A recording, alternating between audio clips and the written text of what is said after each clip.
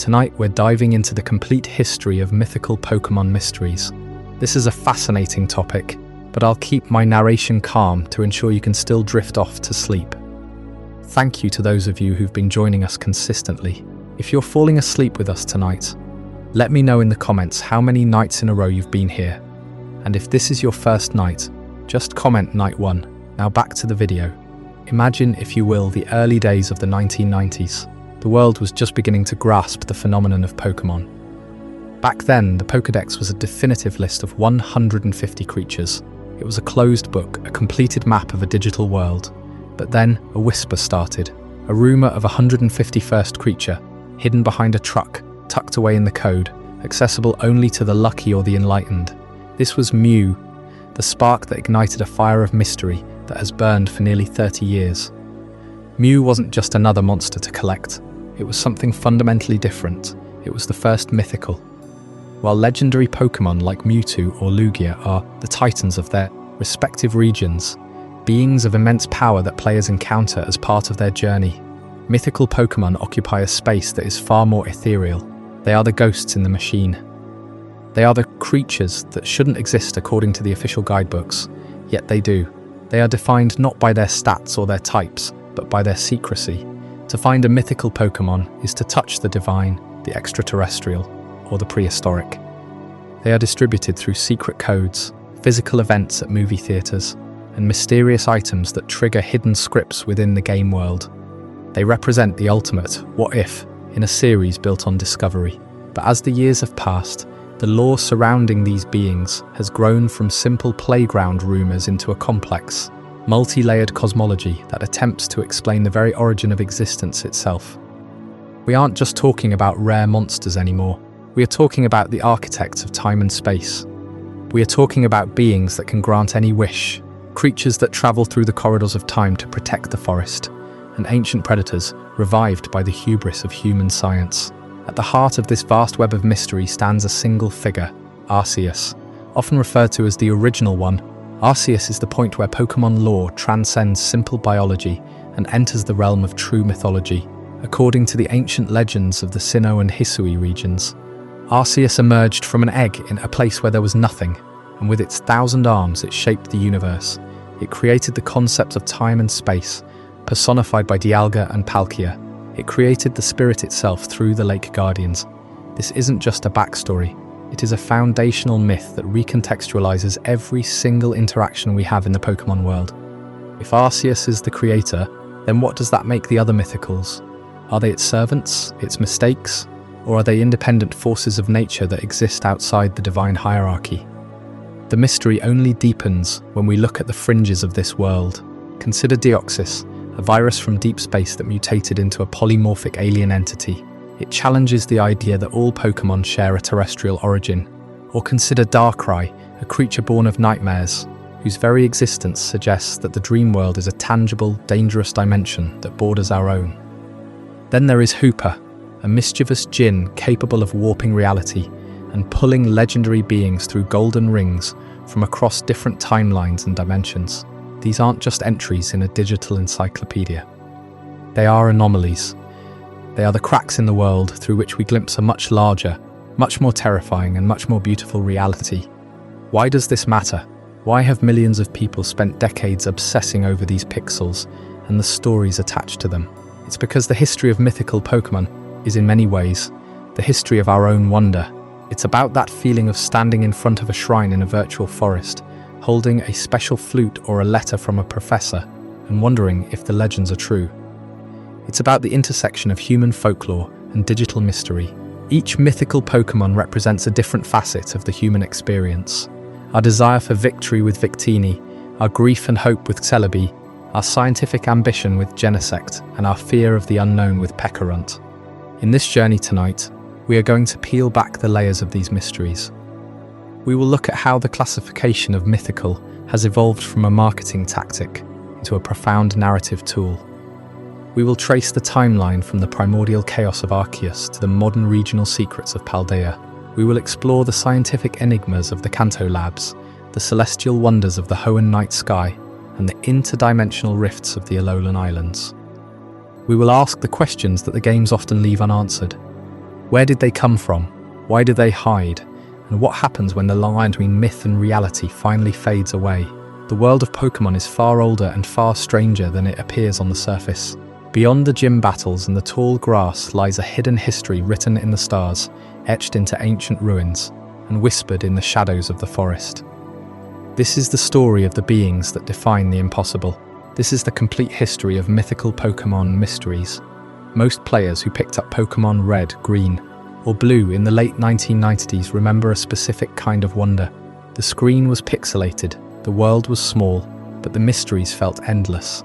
And at the center of those mysteries was something that wasn't supposed to exist. A single, hidden Pokémon that the developers had slipped in without telling anyone. That Pokémon was Mew. And its discovery didn't happen through a quest. It happened through a glitch. In the code of the original games, every Pokémon is assigned an index number. Bulbasaur is number 1, Ivysaur is 2, and so on, all the way up to Mewtwo at number 150. The game's programming expects you to encounter Pokémon only within a certain range. But if you exploit a glitch near the SS Anne, the cruise ship that sets sail after you obtain Cut, you can force the game to try to load a Pokémon with an index number that was never meant to be encountered in the wild. Index number 101. That number belonged to Mew. The method became known as the Mew glitch, and it spread through playgrounds, trading cards, and early internet forums like wildfire. Players discovered you could trigger it by talking to a specific young boy near Cerulean City, then quickly flying to a spot on the coast, and if you timed it right, a wild Mew would appear. It wasn't easy. It felt like pulling back a curtain on the machine itself, but it worked. And from that glitch, an entire culture of urban legends was born. The most famous of those legends was the truck at the SS Anne docking area. If you stood next to a large cargo truck on the pier and used a strength HM on it, the rumor claimed, the truck would actually slide aside, and behind it, hidden for years, would be a single obtainable Mew. No glitch required, just a secret that Game Freak had buried. Of course, it wasn't true. The truck did nothing. You could press A on it endlessly. You could bring every HM you'd collected, and the truck would remain exactly where it was. But the rumor persisted for years because it felt real. It felt like the sort of secret the developers would hide. After all, Mew itself was already a secret. Why wouldn't they hide another one behind a truck? What most players didn't realize at the time was that Mew's very existence was an accident of marketing. Game Freak had initially planned to include Mew as a legitimate, obtainable creature, but cartridge space was too tight. They cut it. But one programmer, Shigeki Morimoto, the director of the debug build, slipped Mew back into the code as a hidden test character. It wasn't meant to be found, it was a debugging tool, an internal joke. Then the glitch surfaced, and suddenly, Mew became the most hunted creature in the game. Nintendo of Japan saw an opportunity. Instead of patching the glitch, which wasn't easy on cartridge hardware anyway, they decided to officially distribute Mew through special events. This was a radical idea. No one had ever given away a creature that was technically obtainable only through a glitch. But they did it. They started organizing tournaments where winners could have Mew transferred onto their cartridges. They partnered with magazines. They turned the hidden Pokémon into a reward. That simple decision changed the trajectory of Pokémon marketing forever. It established a template. Create a Pokémon that exists in the code but is unreachable through normal gameplay. Then distribute it through limited time events. This was the birth of the event Pokémon. It was also the birth of the idea that some Pokémon were not just rare, they were mythic. Over time, the franchise would formalize a distinction that fans often blur. Legendary Pokémon are the ones you can encounter in the game. They are powerful, often tied to the story, but they are there for you to battle, catch, and keep. They are part of the world. Mythical Pokémon, on the other hand, are not found in the wild. They are given out at special events, tied to movies, or hidden behind secret codes. The distinction is not really about lore, it's about availability. A marketing tool disguised as a classification. Mew was the first, and because it was the first, it became the blueprint for every mythical that followed. The truck rumor is long dead now, solved by data miners who have pored over every byte of the original code. The truck is just a truck, but the mystery it generated is still alive. It taught us that the smallest details in a game could hide the biggest secrets. And it set the stage for everything we're about to explore, because Mew was only the beginning. What we didn't know then was that Mew's hidden status pointed towards something even deeper, an ancestral blueprint, woven into the very fabric of Pokémon DNA. And that story starts not with a glitch, but with a scientist, a journal, and a truth buried inside the Cinnabar Island mansion. The discovery of index number 151 changed everything, but not in the way most players expected back in 1996. When the truck rumour spread that a Mew sat hidden beneath the St. Anne, waiting to be lured out with surf or strength, it proved one thing. The Pokémon world had already developed a mythology, and we were desperate to believe there was more to this pink, cat-like creature than a single sprite in a game cartridge. And yet, the truth behind Mew was far stranger than any rumour, because hidden within its genetic code was something that would rewrite the entire history of the species. Mew's DNA is unlike anything found in any other Pokémon. When scientists at the Cinnabar Island laboratory finally got their hands on a fossilized strand, they discovered something breathtaking and terrifying. Every single Pokémon that has ever existed, that exists now, or that will ever exist shares a fragment of its origin. Mew is not just a rare Pokémon, it is the biological blueprint, the ancestral scroll, the common ancestor from which all others branched. Every evolutionary line, every elemental type, every hidden ability runs back to this one creature, as if nature itself decided to write the future in a single playful code. The implications are staggering. If Mew's DNA contains the genes of every Pokémon, then its existence suggests that all diversity in the world is merely variation on a primordial theme. And if you could isolate and manipulate that code, you could theoretically create anything. That is exactly what happened, deep beneath the white walls of the Cinnabar Island laboratory, in a project so secret that even the name of the lead researcher has been scrubbed. From official records, the goal was not to understand Mew. The goal was to improve upon it, to create a new Pokémon using the ancestral DNA as a template, but engineered for one purpose alone: raw, unfiltered combat power. And they succeeded. The creature that emerged from the cloning chamber did not inherit Mew's playful curiosity or its mischievous grin. It was born screaming with rage, a psychic storm contained in a fragile form that would later become Mewtwo. The ethical nightmare of that laboratory is not simply that they committed genetic theft against a living creature, but that they inflicted a consciousness upon a being that had no choice in its own creation. Mewtwo did not ask for existence. It was designed, then discarded, then hunted, and in the process, the world learned that the line between discovery and exploitation is thinner than a strand of double helix. So why, after all this, does Mew remain the most elusive figure in Kanto's scientific history? Because Mew has never been captured, not by any trainer, not by any event distribution in the early games, and not by the scientists who stole its DNA. The one that appeared in the laboratory was never the original. It was a wild specimen, a fleeting contact, a glimpse into a species that refuses to be catalogued. Mew can learn every move, it can teleport at will, it can turn invisible. It has been sighted in jungles, on mountains, and even in the depths of ancient temples, but always alone, always vanishing before anyone can confirm more than a blur of pink. The creature that holds the key to all Pokémon genetics is, itself, completely uncontainable, and maybe that is the lesson. The origin of life should never be caged. But if Mew belongs to the beginning, there is another whose story belongs to the cycles of time itself. Deep in a forest where the leaves never fall twice the same way, a guardian watches over the turning of the seasons, its cry echoing through a history that no human written record has ever captured. You have seen its silhouette in the shadows between centuries, and it is waiting for you to follow the sound into the next chapter. The guardian of time's forest is calling. From the ashes of Cinnabar Island's ethical nightmare, where science twisted Mew's ancient blueprint into a weapon of rage, the Pokémon world turned its gaze eastward, to Johto, a region of serene forests and forgotten shrines, where a different kind of mystery waited beneath the shade of ancient trees. Not a creature born of laboratory hubris, but one woven into the very fabric of nature's pulse, a being whose existence whispered of passages through time itself. The forest near Azalea Town had always felt older than the rest of Johto. Towering oaks and gnarled growths formed a canopy so thick that sunlight fractured into 1,000 green shafts. At its heart stood the Ilex Shrine, a modest stone structure worn smooth by centuries of rain and reverence. The locals spoke of it in hushed tones, not as a place of worship for a forgotten deity, but as a listening post. A place where the forest itself had a voice, And that voice had a name: Celebi, the voice of the forest. Not a ruler, not a guardian in the sense of a warden locking gates, but something closer to a living memory. Every rustle of leaves, every sprout of new growth, every fallen log returning to the earth, Celebi was the awareness that tied those moments together, across time. It was said to travel freely through the ages, appearing only when the balance of nature was threatened, or when the Ilex shrine resonated with a pure heart. But for Western players, encountering Celebi in the year 2000 became one of the most frustrating riddles in Pokémon history, and it all revolved around an object that had no business being a mystery: a small ball.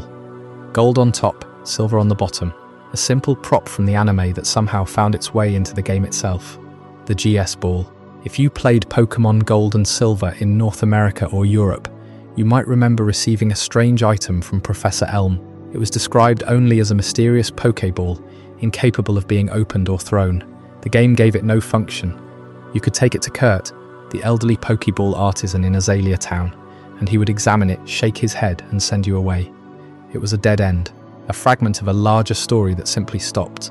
In Japan, the GS Ball served as the key to unlocking the Celebi event. Players would take it to the Ilex shrine, place it on the altar, and after a sequence of cryptic steps, the forest would shimmer. Celebi would appear, drawn by the ball's resonance. But outside Japan, the event was never officially released. The GS Ball remained inert, a permanent mystery sitting in your key items pocket, a reminder of a story your cartridge could never finish. Why? The official explanation varied. Some said the event required a mobile adapter system that never caught on in the West. Others believed it was a timing error, a mistranslation of distribution plans, but the result was the same. The GS Ball became the franchise's most famous dead end. A physical prop from an anime episode, the episode where Ash helped a wounded Celebi, replicated in code, yet locked behind unseen walls. And the mystery deepened when you considered the mechanics behind Celebi's time travel. In the lore of the Johto region, time was not a river you could simply step into and out of. It was more like a forest, a tangled network of roots and branches, where past and future coexisted in the same soil. Celebi moved through this network not as a traveller, but as a caretaker. Every journey it took rippled through the timeline, but unlike Dialga, who governed time as a cosmic force, Celebi operated on a smaller, more intimate scale. It could heal a wounded forest by shifting a single season. It could save a human child by jumping back minutes before a fall. It could even bring a Pokémon from the future into the present, as it did with the fateful encounter in the fourth movie. But that power came at a cost. The forest remembered every step Celebi took, and those steps could be followed. The Ilex Shrine was not just a place of prayer, it was a beacon, a fixed point in the flow of time where Celebi's presence could be felt most strongly. The shrine's caretaker, a woman named Fennel, would speak of dreams where she saw a Pokémon flitting between centuries, always watching, always listening. She called it the Voice, because it never forced its will. It only spoke through the actions of those who cared for the land. The GS Ball, then, was an anchor, a tool forged perhaps by ancient people, or perhaps by Celebi itself, to synchronize with the shrine's resonance. In the Western releases, the ball sat in your inventory, forever hinting at a conversation that could never be completed. Players tried everything. They took it to the ruins of Alph. They tried trading it. They tried dropping it in the Lake of Rage. Nothing. And so the legend grew. Celebi became the mythical that most embodied the feeling of a lost connection. Not a creature of epic battles or cosmic creation, but of quiet absence. The forest waited. The shrine stood silent, and the ball stayed sealed. Years later, in the Generation 4 remakes, Heart Gold and Soul Silver, the mystery was finally resolved. A special event was distributed, and players could at last offer the GS Ball to the shrine. But by then the damage was done.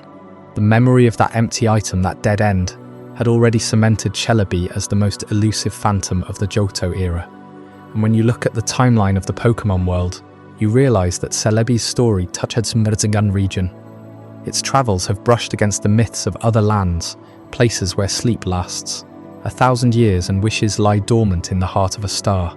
That is where we must go next, to the desert, to a comet, to the legend of a Pokémon that has not yet opened its eyes.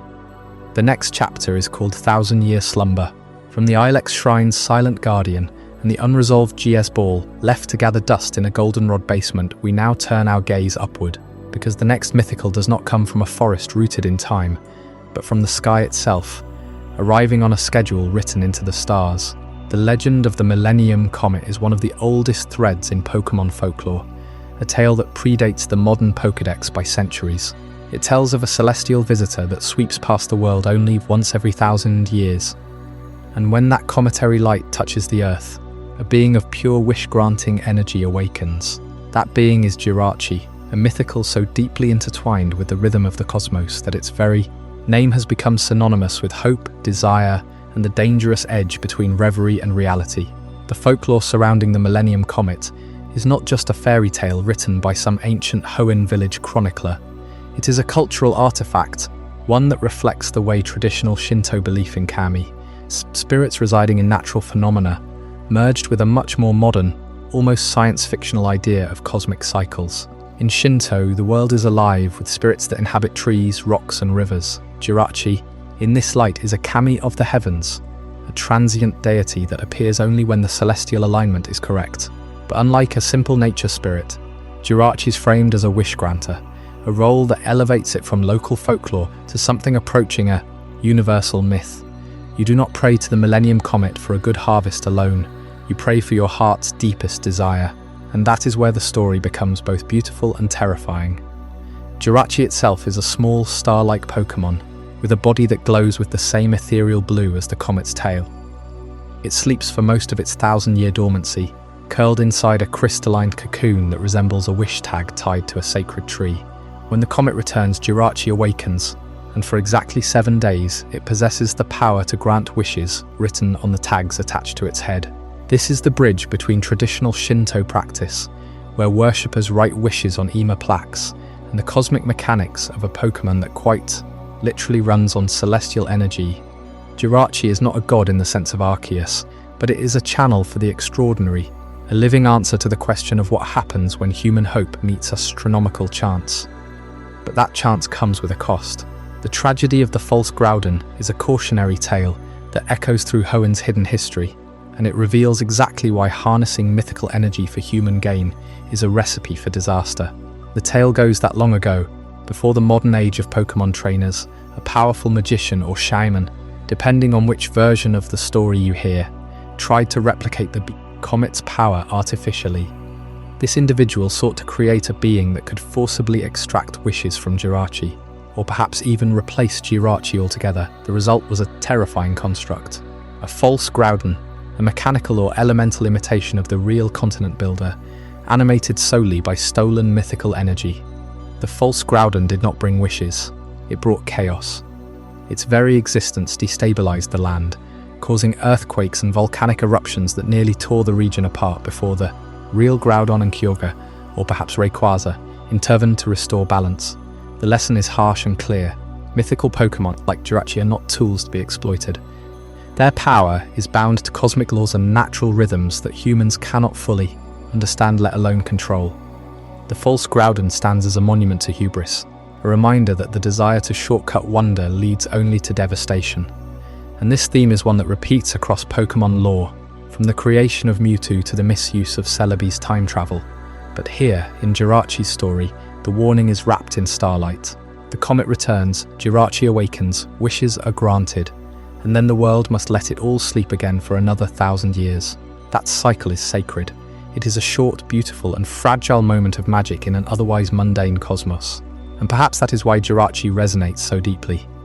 Not because it can grant wishes, but because it forces us, the listeners, to ask what we would wish for if we only had 7 days. Would we wish selfishly? Would we try to change the past? Would we, like the magician of old, attempt to capture the comet's power for ourselves? The folklore says the comet's tail leaves a trail of light that fades quickly. The wishes fade too. And with that melancholy truth, we close the chapter on the slumbering star. But the night sky holds other visitors. Not all of them sleep for 1,000 years. Some arrive as streaks of terror, falling to earth with no intention of granting wishes. Up next, the alien from the Meteor. From wishes written on shooting stars, we now turn our gaze upward to something far more literal. A meteor that carried not a wish, but a question. Jirachi's comet came once every 1,000 years. a predictable celestial rhythm bound to a sleeping wish granter. But what happens when a meteor carries no conscious being, no sleeping child? What happens when it carries only a virus? A fragment of alien code riding cosmic debris across the emptiness of space until it collides with the planet of Pokémon.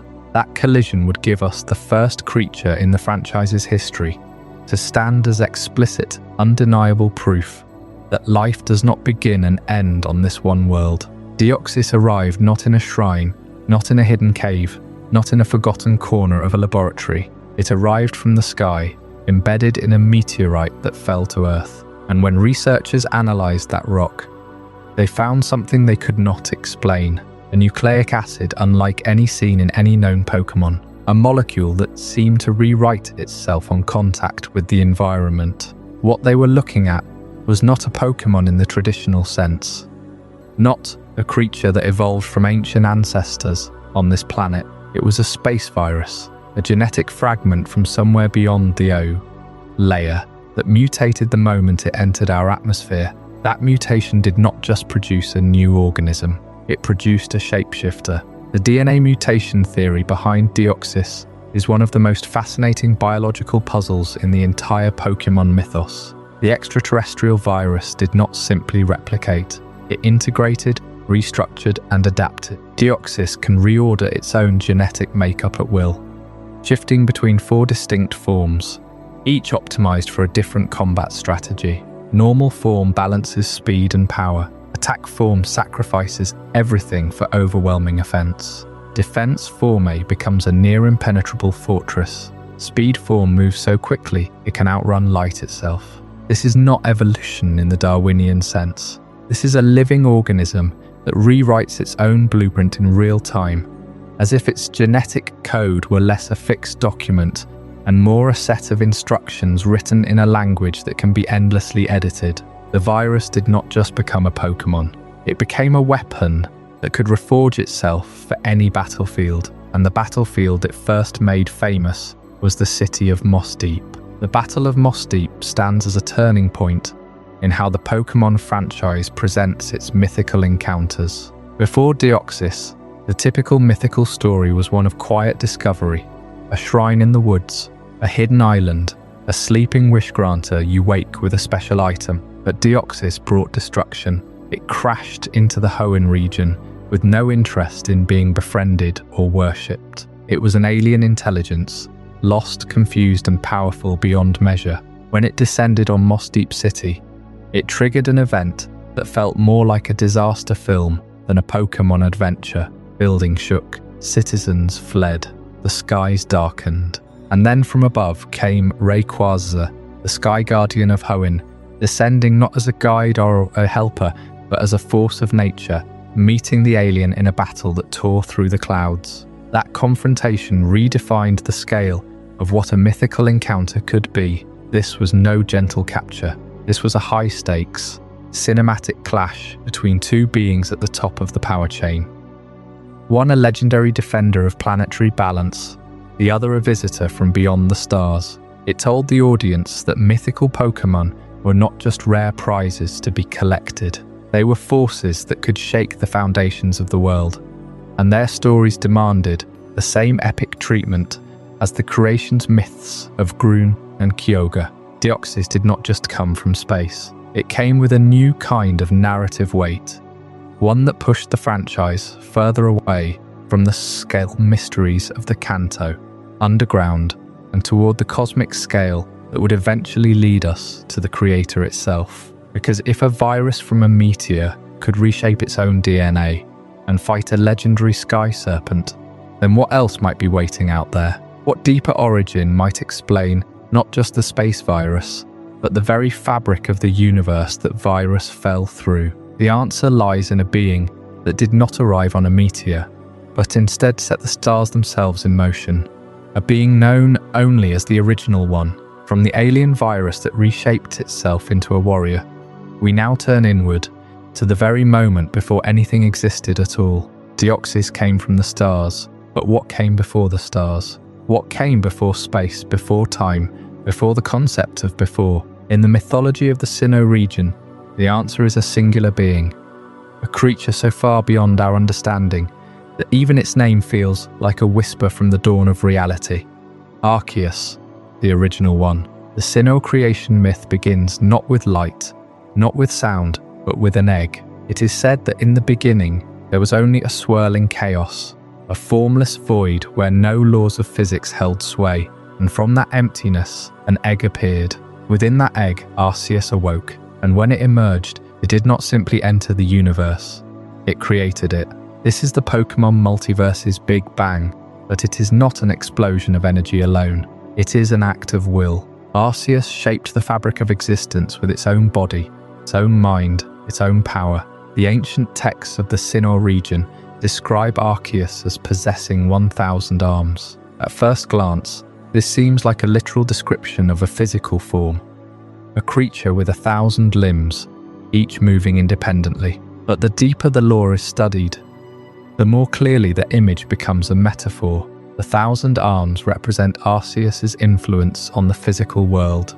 Every force of nature, every principle of reality, every law that governs matter and energy. These are the arms of Arceus, reaching out from the center of creation to hold the cosmos together. Think of it like this.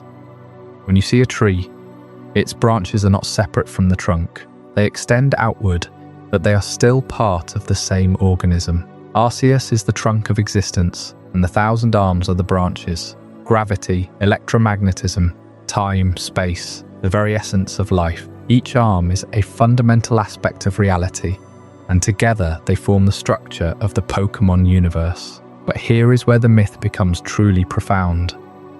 Not all of those arms were meant to remain attached. Some, it is said, broke away. They gained their own will, their own consciousness, and became the beings we now know as the creation trio, Dialga, Palkia, and Giratina. But that is a story for a little later. For now, imagine the scale. Arceus did not just create our world, it created an entire multiverse. The Hall of Origin, the sacred chamber where Arceus is said to reside, exists outside of time and space. It is a place that cannot be reached by any normal means. In the games, this location is infamous among players because it was never officially accessible without hacking.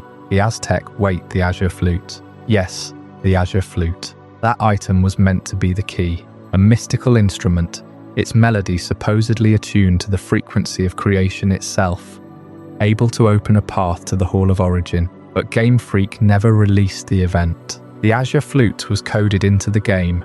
The Hall of Origin was rendered in full 3D. Arceus was programmed and ready, but the distribution event was cancelled. For over a decade, players could only reach that chamber through glitches, action replays, or modified save files. It became the most famous unreleased event in gaming history, a locked door at the top of Mount Coronet, with a flute that no one was ever given. Why? The official explanation was that the developers felt the method of obtaining Arceus was too complex, or that the event would confuse players, but the mystery only deepened. The flute itself was never distributed, not in the original Diamond and Pearl, not in Platinum. It wasn't until the remakes in the very distant future that the Azure Flute finally became obtainable, by players who had proven their dedication by completing an entire other game. The wait was over, but the legend of that lost event remains a cornerstone of Pokémon myth. Now consider the implications of Arceus as the original one. If Arceus created the multiverse, then every other mythical Pokémon exists within a framework of its making. Mew may hold the ancestral DNA of all species, but Arceus holds the blueprint of existence itself. Mew is the ancestor, Arceus is the architect. And yet, despite this cosmic status, Arceus is not a distant, unreachable god. It is a Pokémon. It can be caught. It can be battled. It can be befriended. In the Hisui region, the ancient Sinnoh, Arceus directly interacts with humans, bestowing fragments of its power to chosen individuals. This is a deity that in its own way seeks connection, but we are getting ahead of ourselves. Before we can understand how Arceus interacts with the world, we must understand the children of its 1,000 arms, the beings that govern the fundamental forces of reality. They are the architects of the universe Arceus built. and their story is one of conflict, balance, and the very nature of existence itself. That story, the story of Dialga, Palkia, and the one who was cast out, is what we will explore next. Because every creation has its shadow, and every act of order requires a force of chaos. And when the original one forged its arms into separate entities, the universe did not simply begin. It began to fracture. We talked about the 1,000 arms of Arceus, the metaphor for its influence stretching across the fabric of an infant universe. But arms alone do not shape a world. The moment after the light, after the first pulse of existence, Arceus understood that creation could not be a single, solitary act. Order had to be carved from the raw potential of chaos, and that required beings who could enforce the rules, who could become the pillars upon which reality itself would rest.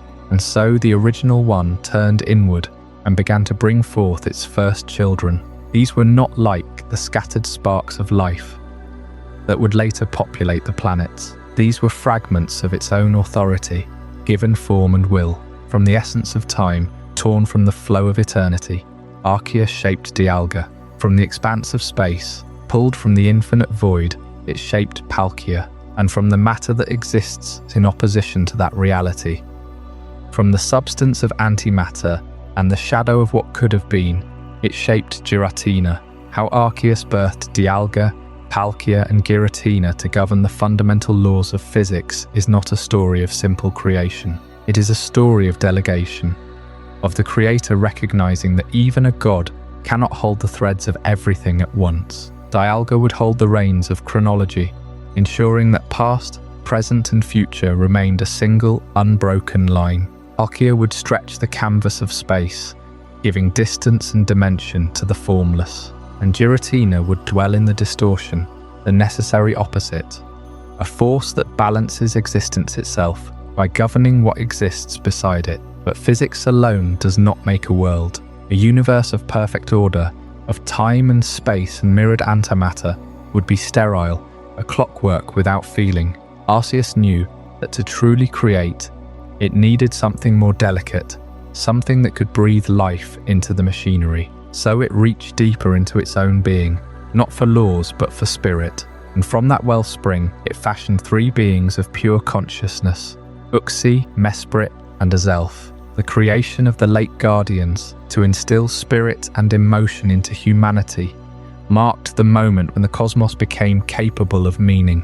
Uxie carried the seed of knowledge, the spark of awareness that lets a creature look at the stars and wonder. Mesprit held emotion, the raw feeling that gives existence texture, the joy and sorrow that make experience real. And Azelf embodied willpower, the force that drives action, that turns knowing and feeling into doing. These 3 were not placed in the sky or in some distant realm. They were set upon the very planet that humanity would one day call home.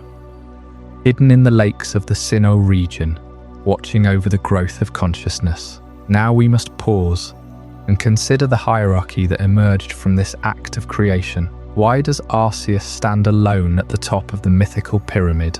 It is not simply because it is the first, or because its power is vast beyond comprehension. It is because Arceus is the only being in the known Pokémon multiverse that is its own origin. Every other legendary or mythical creature, no matter how ancient or terrible, has a point of reference. Dialga and Palkia, for all their cosmic authority, were made. The Lake Guardians, the Weather Trio, the elemental titans of other regions, all have a source, a moment when they were not. Arceus has no such moment. It is the first cause, the uncaused cause, the singular point from which everything else follows. To be at the top of that pyramid means to be the one thing that does not require explanation, the foundation upon which all other explanations rest. And yet, even Arceus did not create alone, in the sense we often imagine.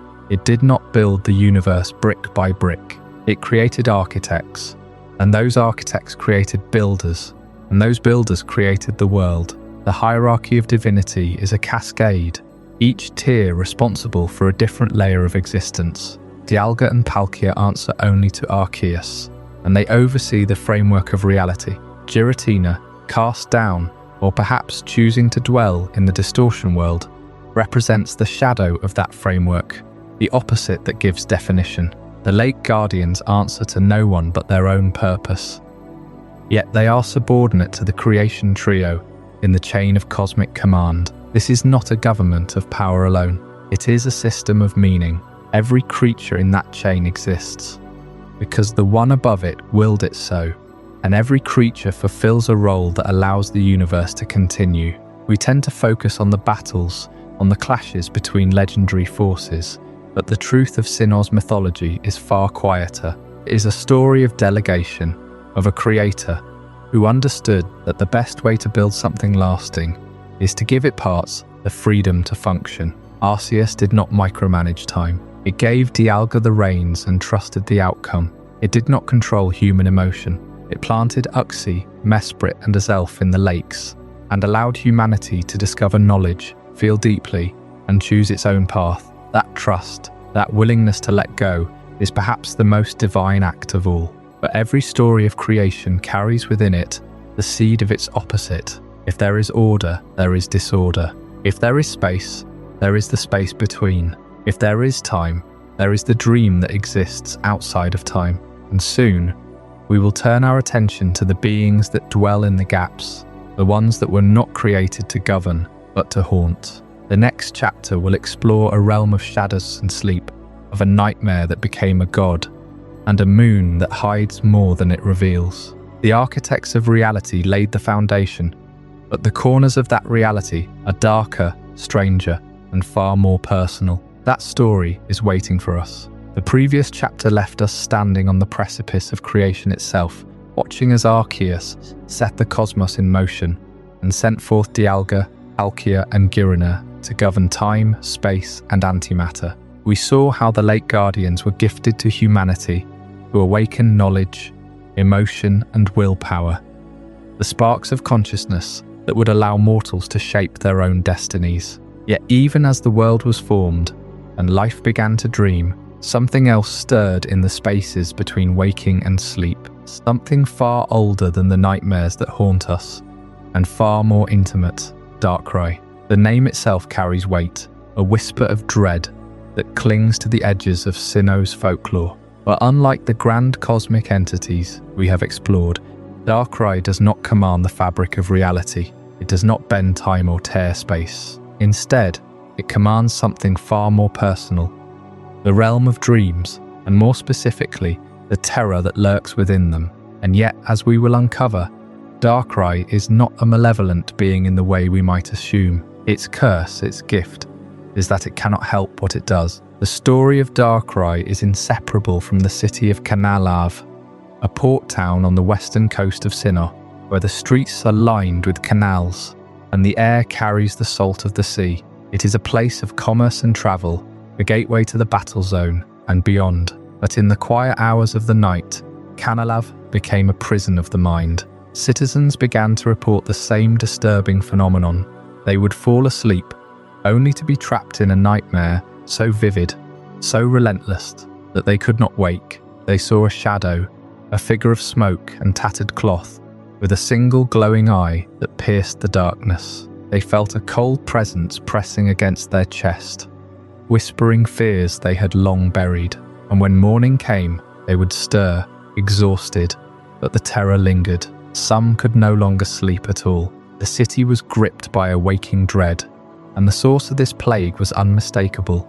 Darkrai had come. But here is where the legend twists away from simple villainy. The citizens of Canalav were not being punished. They were not being tormented by a demon. Darkrai, as we now understand, does not produce nightmares by choice. It is the personification of terror itself, a being whose very existence radiates fear. It cannot turn off this power any more than a fire can decide to stop burning. And so, when Darkrai wandered too close to human settlement, its presence alone was enough to drag the sleeping into a realm of unending horror. The nightmares were not intentional attacks. They were the tragic byproduct of proximity, a creature of pure nocturnal dread, living among those who could not withstand its aura. This brings us to the Lunar Duo, a pair of Pokémon whose roles are often misunderstood. On one side stands Cresselia, the crescent moon incarnate, wielding the power to dispel nightmares with a feather of pure light. On the other side stands Darkrai, the new moon, cloaked in shadow, whose very touch spreads terror.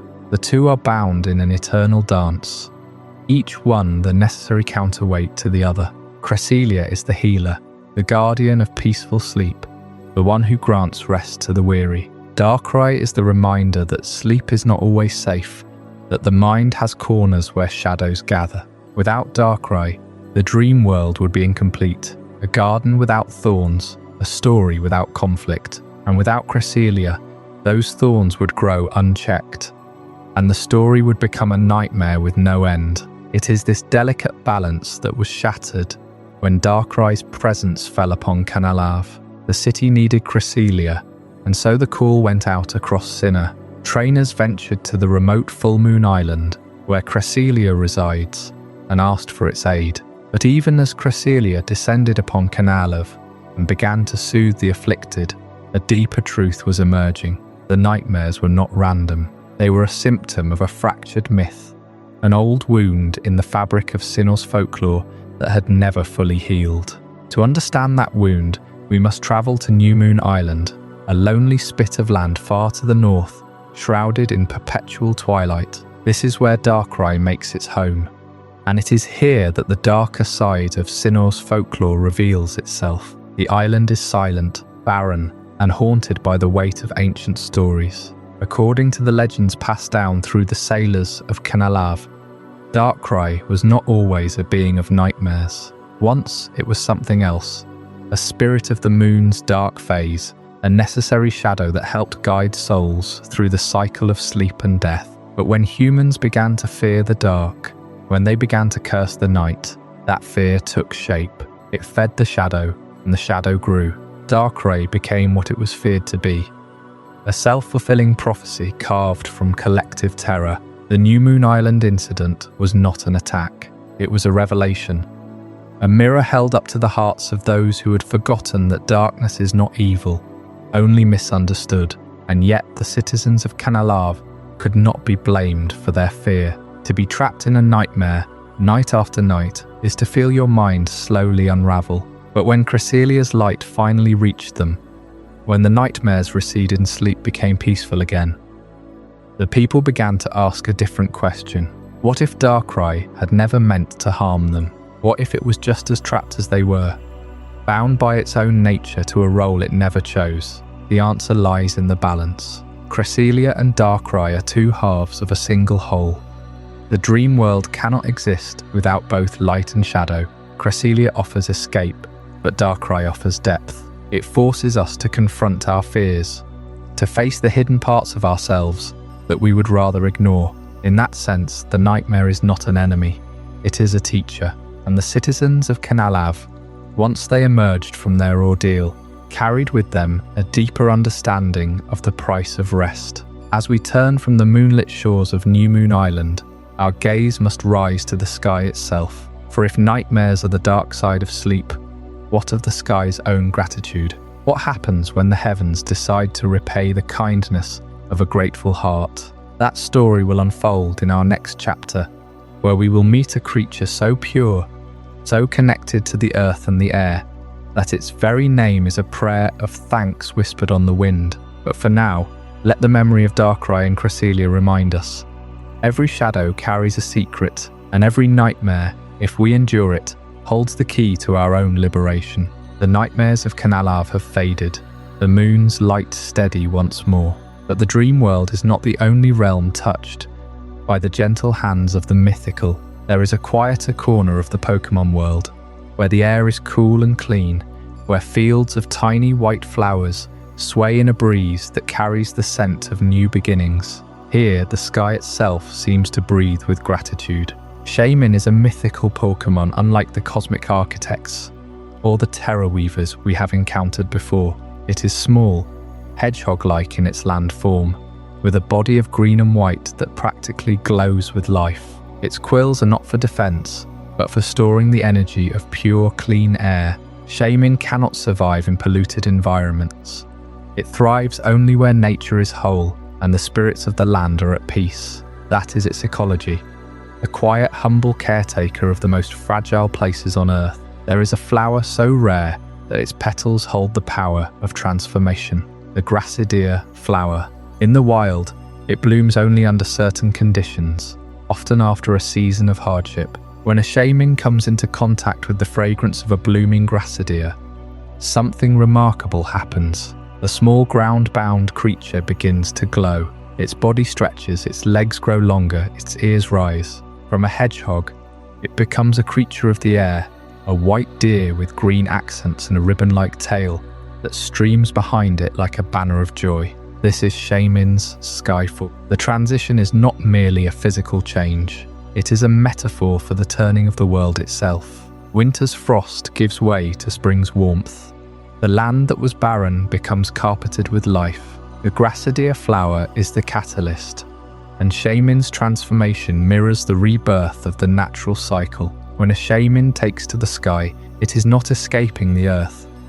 It is celebrating it, carrying the essence of the flowers upward, spreading gratitude across the atmosphere, and gratitude is central to its existence.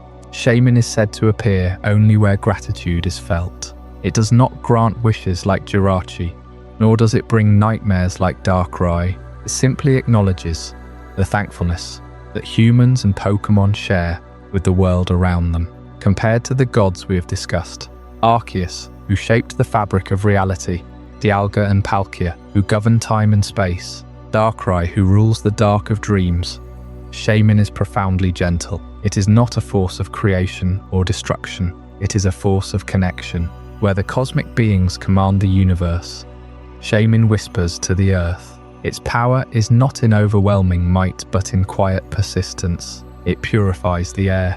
It heals the land. It reminds us that the highest mysteries are not always loud or vast. Sometimes they are small, soft and green. The Grassidea flower's hidden power is more than a biological key. It is a symbol of the bond between nature and thankfulness. Without gratitude, the flower will not open. Without the flower, Shaman cannot fly. The cycle is delicate, easily broken, and yet when it works, the sky fills with a creature that embodies everything that is good and hopeful about the natural world. But even the most gentle myths hide secrets, and the ocean depths have their own phantoms. Beyond the fields of Grassidea, beyond the sky where Shaman soars, there is a prince of the sea, and his story is one of longing, water, and phantoms that drift in the shadows of the tide. That tale waits for us in the next chapter, The Prince and the Sea Phantoms. We left the high mountain pastures of Sinnoh, where Shaman's gratitude bloomed with the Grassidea flower, and now we descend into an entirely different world, one of crushing pressure, perpetual twilight, and currents that whisper secrets older than any human civilization. The sea has always been a realm of mystery in Pokémon, but few have explored its deepest trenches, where light never reaches and where a prince rules over phantoms. That prince is Manaphy, and its story is one of the strangest contradictions in all of mythological classification. To understand why, we must first confront a question that has puzzled trainers for nearly 2 decades. How can a mythical Pokémon, by definition singular and unobtainable through normal means, produce offspring that are not themselves considered mythical? The answer begins with the sea itself. Unlike the cosmic creation of Arceus or the extraterrestrial arrival of Deoxys, Manaphy's origins are deeply tied to the ocean's most enigmatic feature, the Temple of the Sea. This structure, hidden somewhere in the vast waters of the Pokémon world, is not merely a building.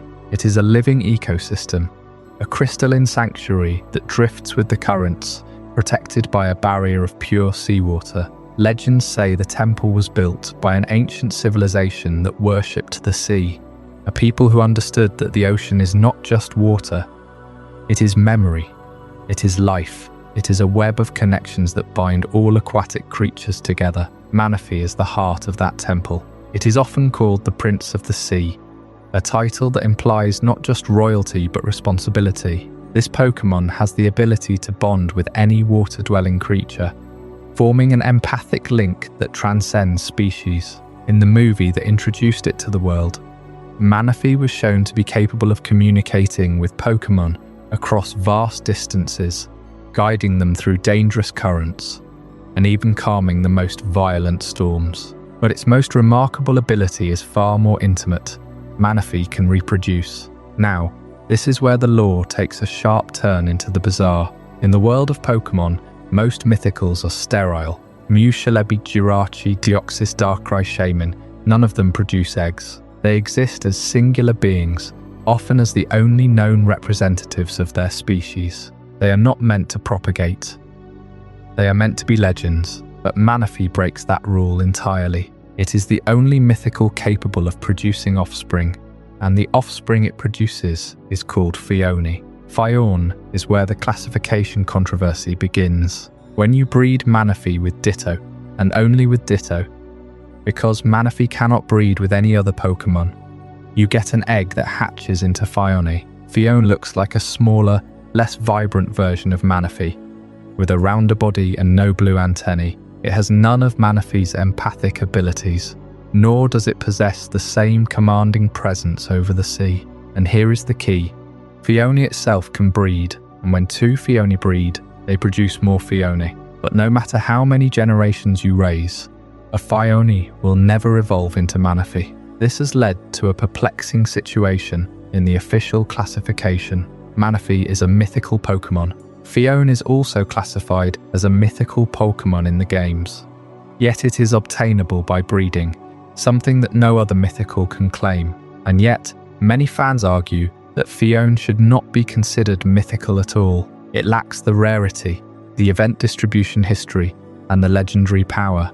It is, in essence, a common Pokémon that happens to share a name in the category. So why does this matter for the lore? The answer lies in what Manaphy represents. In the grand tapestry of mythical Pokémon, Manaphy is the bridge between the divine and the mundane. It is not a creator, not a destroyer, not a guardian of time or space. It is a creature of the sea, and the sea is a realm of endless cycles: birth, growth, reproduction, death, and rebirth. Manaphy's ability to produce offspring is not a glitch in the system. It is a statement. The sea does not hoard its secrets, it disperses them. Phione is the sea's way of spreading its influence, a subtle reminder that even the most extraordinary beings can have ordinary children. The Temple of the Sea itself reinforces this theme. Ancient texts describe it as a place where the boundaries between life and myth blur. Inside its coral halls, water flows upward, forming inverted waterfalls. Light refracts through crystalline walls, casting rainbows that shimmer like auroras. The temple is not guarded by traps or puzzles, but by the sea itself, by the currents, by the creatures that call it home, and by the presence of Manaphy, which ensures that only those with pure intentions can enter. But what of the civilization that built the temple? Very little is known about them, but fragments of their culture survive in the architecture. Carvings depict a people who lived in harmony with the ocean, who understood that the sea is not a resource to be exploited, but a partner to be respected. They may have been the first humans to encounter Manaphy, and they recognized in it a kind of royalty that did not demand obedience but inspired cooperation. The Temple of the Sea was not a palace. It was a meeting place, a neutral ground where land and water could coexist. And yet, the mystery deepens when we consider the implications of Manaphy's reproduction. If Manaphy is the prince, then Phione is the commoner, a diluted echo of its parent's power. Some scholars speculate that Phione is actually a larval form, a stage that has lost the ability to mature into Manaphy because of some ancient event. Perhaps the original Manaphy that gave birth to the first Phione was corrupted, or perhaps the very act of breeding outside the temple weakens the lineage. But the games never confirm this. Instead, they leave us with a paradox, a mythical that can create more of itself. Yet the children are not truly equal to the parent. In the end, Manaphy and Phione teach us something profound about the nature of mythical Pokémon. They show us that rarity and power are not the only markers of the sacred. Sometimes, the most mysterious thing a creature can do is to share its essence with the world, to allow its bloodline to flow into the ordinary. The sea does not discriminate.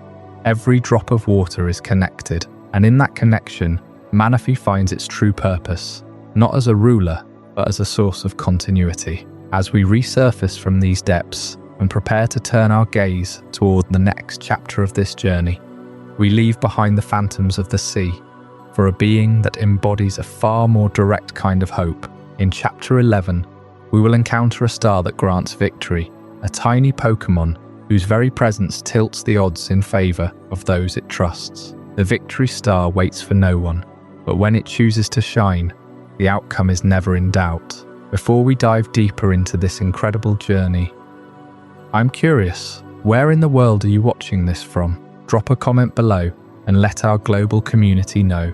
And if you're finding this as mind-blowing as I am, hit that like button to help more people discover this story. Chapter 11, The Victory Star. From the silent depths of the Temple of the Sea, we rise to the surface of a very different kind of myth. The waters of the world hold many secrets, but so too does the land, especially in a region shaped by ambition, industry, and an ancient light no one could tame. In Unova, the very foundation of civilization is tied to a single being, one that appears not at the beginning of the region's Pokédex, but before it as entry number 000. That being is Victini, the victory Pokémon, and its story is not one of passive guardianship, but of power so tempting that humanity tried to steal victory itself. Victini is classified as a mythical Pokémon, but its Pokédex number is unlike any other, number 000. This is not an accident. In the Unova Pokédex, Victini sits outside the natural order, a placeholder for something that cannot be catalogued like a mere species. It is a symbol of infinite energy, and that energy is directly tied to the concept of victory. Legend says that any trainer who befriends a Victini can win any battle, no matter the odds. But the power is not simply good luck. Victini is said to possess an endless supply of energy, a flame of pure potential that burns within its small body. It is not a creature of combat itself, but a catalyst, a living battery of triumph, and that made it a target. The history of Unova tells us that long before the great cities rose, before skyscrapers pierce the clouds and bridges stretch across bays, the people of this land discovered Victini. They saw its power, and they understood what it meant. Victory is not just about winning a fight. Victory is survival, prosperity, growth. With Victini's energy, a settlement could flourish, crops could grow, wars could be won, and so greed took root. Somewhere in the waters, near what would become the great metropolis of Castelia City, a structure was built. It was not a temple in the traditional sense. It was a prison, a cage designed to hold the very essence of victory. They called it the Liberty Garden. The Liberty Garden is a small island marked by a tall, elegant tower. To modern eyes, it looks like a monument, a peaceful landmark, but its true purpose was far darker. Human ambition, in its hunger for unchecked power, attempted to weaponize victory itself. They lured Victini to the island and sealed it within the tower, hoping to extract its infinite energy for their own ends. They wanted to control success, to monopolize triumph. But victory cannot be owned. It can only be earned, shared, and given freely. The people of that ancient time learned this lesson the hard way. Victini's power, when confined, did not bless the captors. Instead, it became a symbol of their own failure. The tower stood as a monument to greed, and Victini remained trapped for generations, until one day, perhaps, a trainer pure of heart would set it free. The connection between Victini and the founding of Unova's major cities runs deeper than just the Liberty Garden incident. The energy that drew people to this land was not merely physical, it was the promise of a new beginning. A chance to build something from nothing. The city of Castelia, with its towering skyline and bustling harbour, grew from the same soil that once sought to cage victory. Nimbasa City, with its lights and energy, its thrill of competition, that too carries the echo of Victini's flame. Even the ancient ruins scattered across Unova whisper of a time when the victory Pokémon was known to all, a benevolent star that guided settlers to fertile ground. But as populations grew, so did pride, and the star was captured, hidden away. The cities grew without its direct influence, yet the myth never faded. Every champion who stood atop the Pokémon League, every trainer who overcame impossible odds, unknowingly drew from the same wellspring that Victini represents. The tragedy of the Liberty Garden is not that Victini was trapped, it is that humanity believed victory could be hoarded.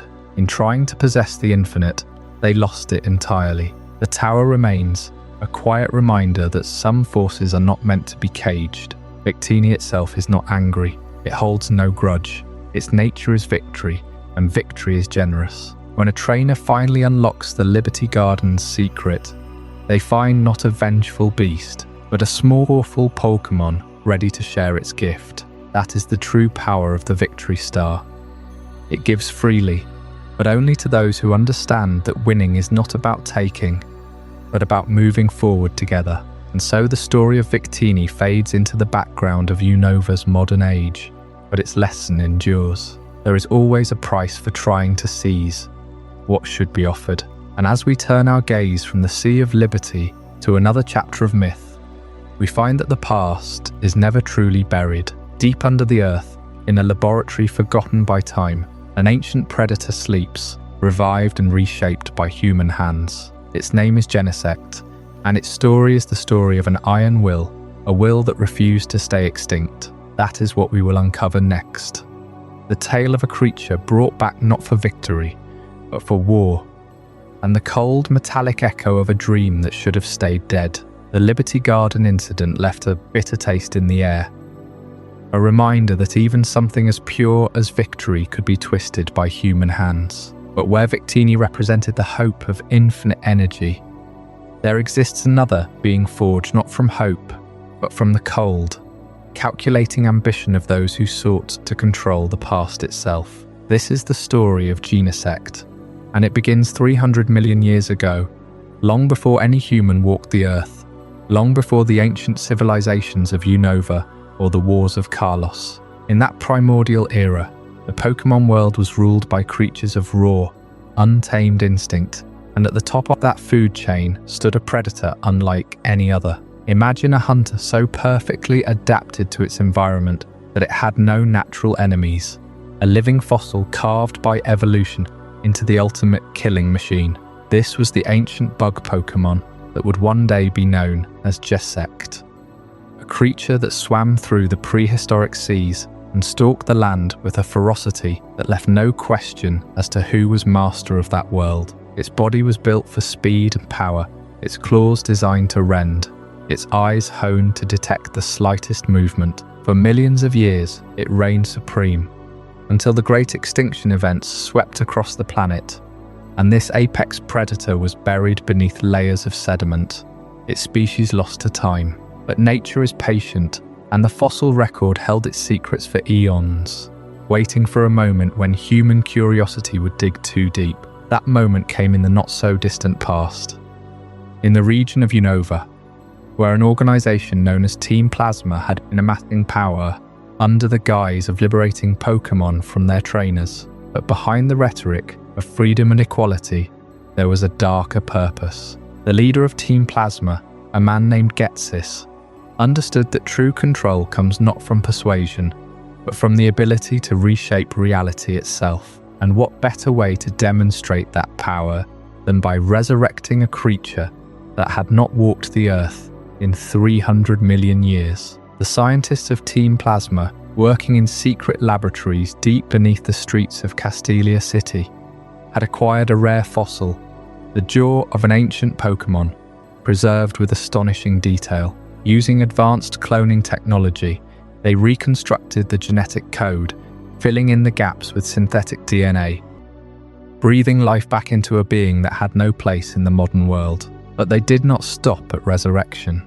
They saw the ancient predator as a blank slate, a weapon waiting to be programmed, and so they altered its form, grafting metallic armor onto its chitinous exoskeleton, replacing its biological claws with a devastating cannon mounted on its back. This was no longer a natural creature. It was a cyborg, a fusion of prehistoric biology and cutting-edge technology a weapon designed to serve a single purpose. The tragic irony is that Genesect never asked for this transformation. It was ripped from the sleep of ages, thrust into a world it could not understand, and then mutilated into a tool of war. Its mind, once driven by pure survival instinct, was now overwritten with commands, its will subjugated by the very technology that gave it a second chance at life. This is where the story of Genesect becomes a cautionary tale, one that echoes the creation of Mewtwo decades earlier.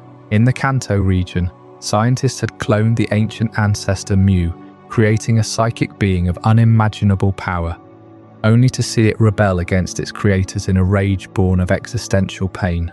Mewtwo became a symbol of the dangers of playing God, a reminder that when you tamper with the fabric of life, you cannot always control the outcome. Genesect is a different kind of tragedy, but no less profound. Where Mewtwo was a clone, a being that questioned its own existence, Genesect was a revival, a creature that never asked to be born again. It did not rebel in the same way, because its free will had been systematically replaced by the cold logic of its cybernetic enhancements. But beneath that armor, trapped inside a body that was no longer its own, the ancient predator still remembers the feel of the primordial ocean, the taste of freedom. And in those rare moments when the programming glitches, when the cannon on its back goes quiet, you can almost sense a flicker of confusion.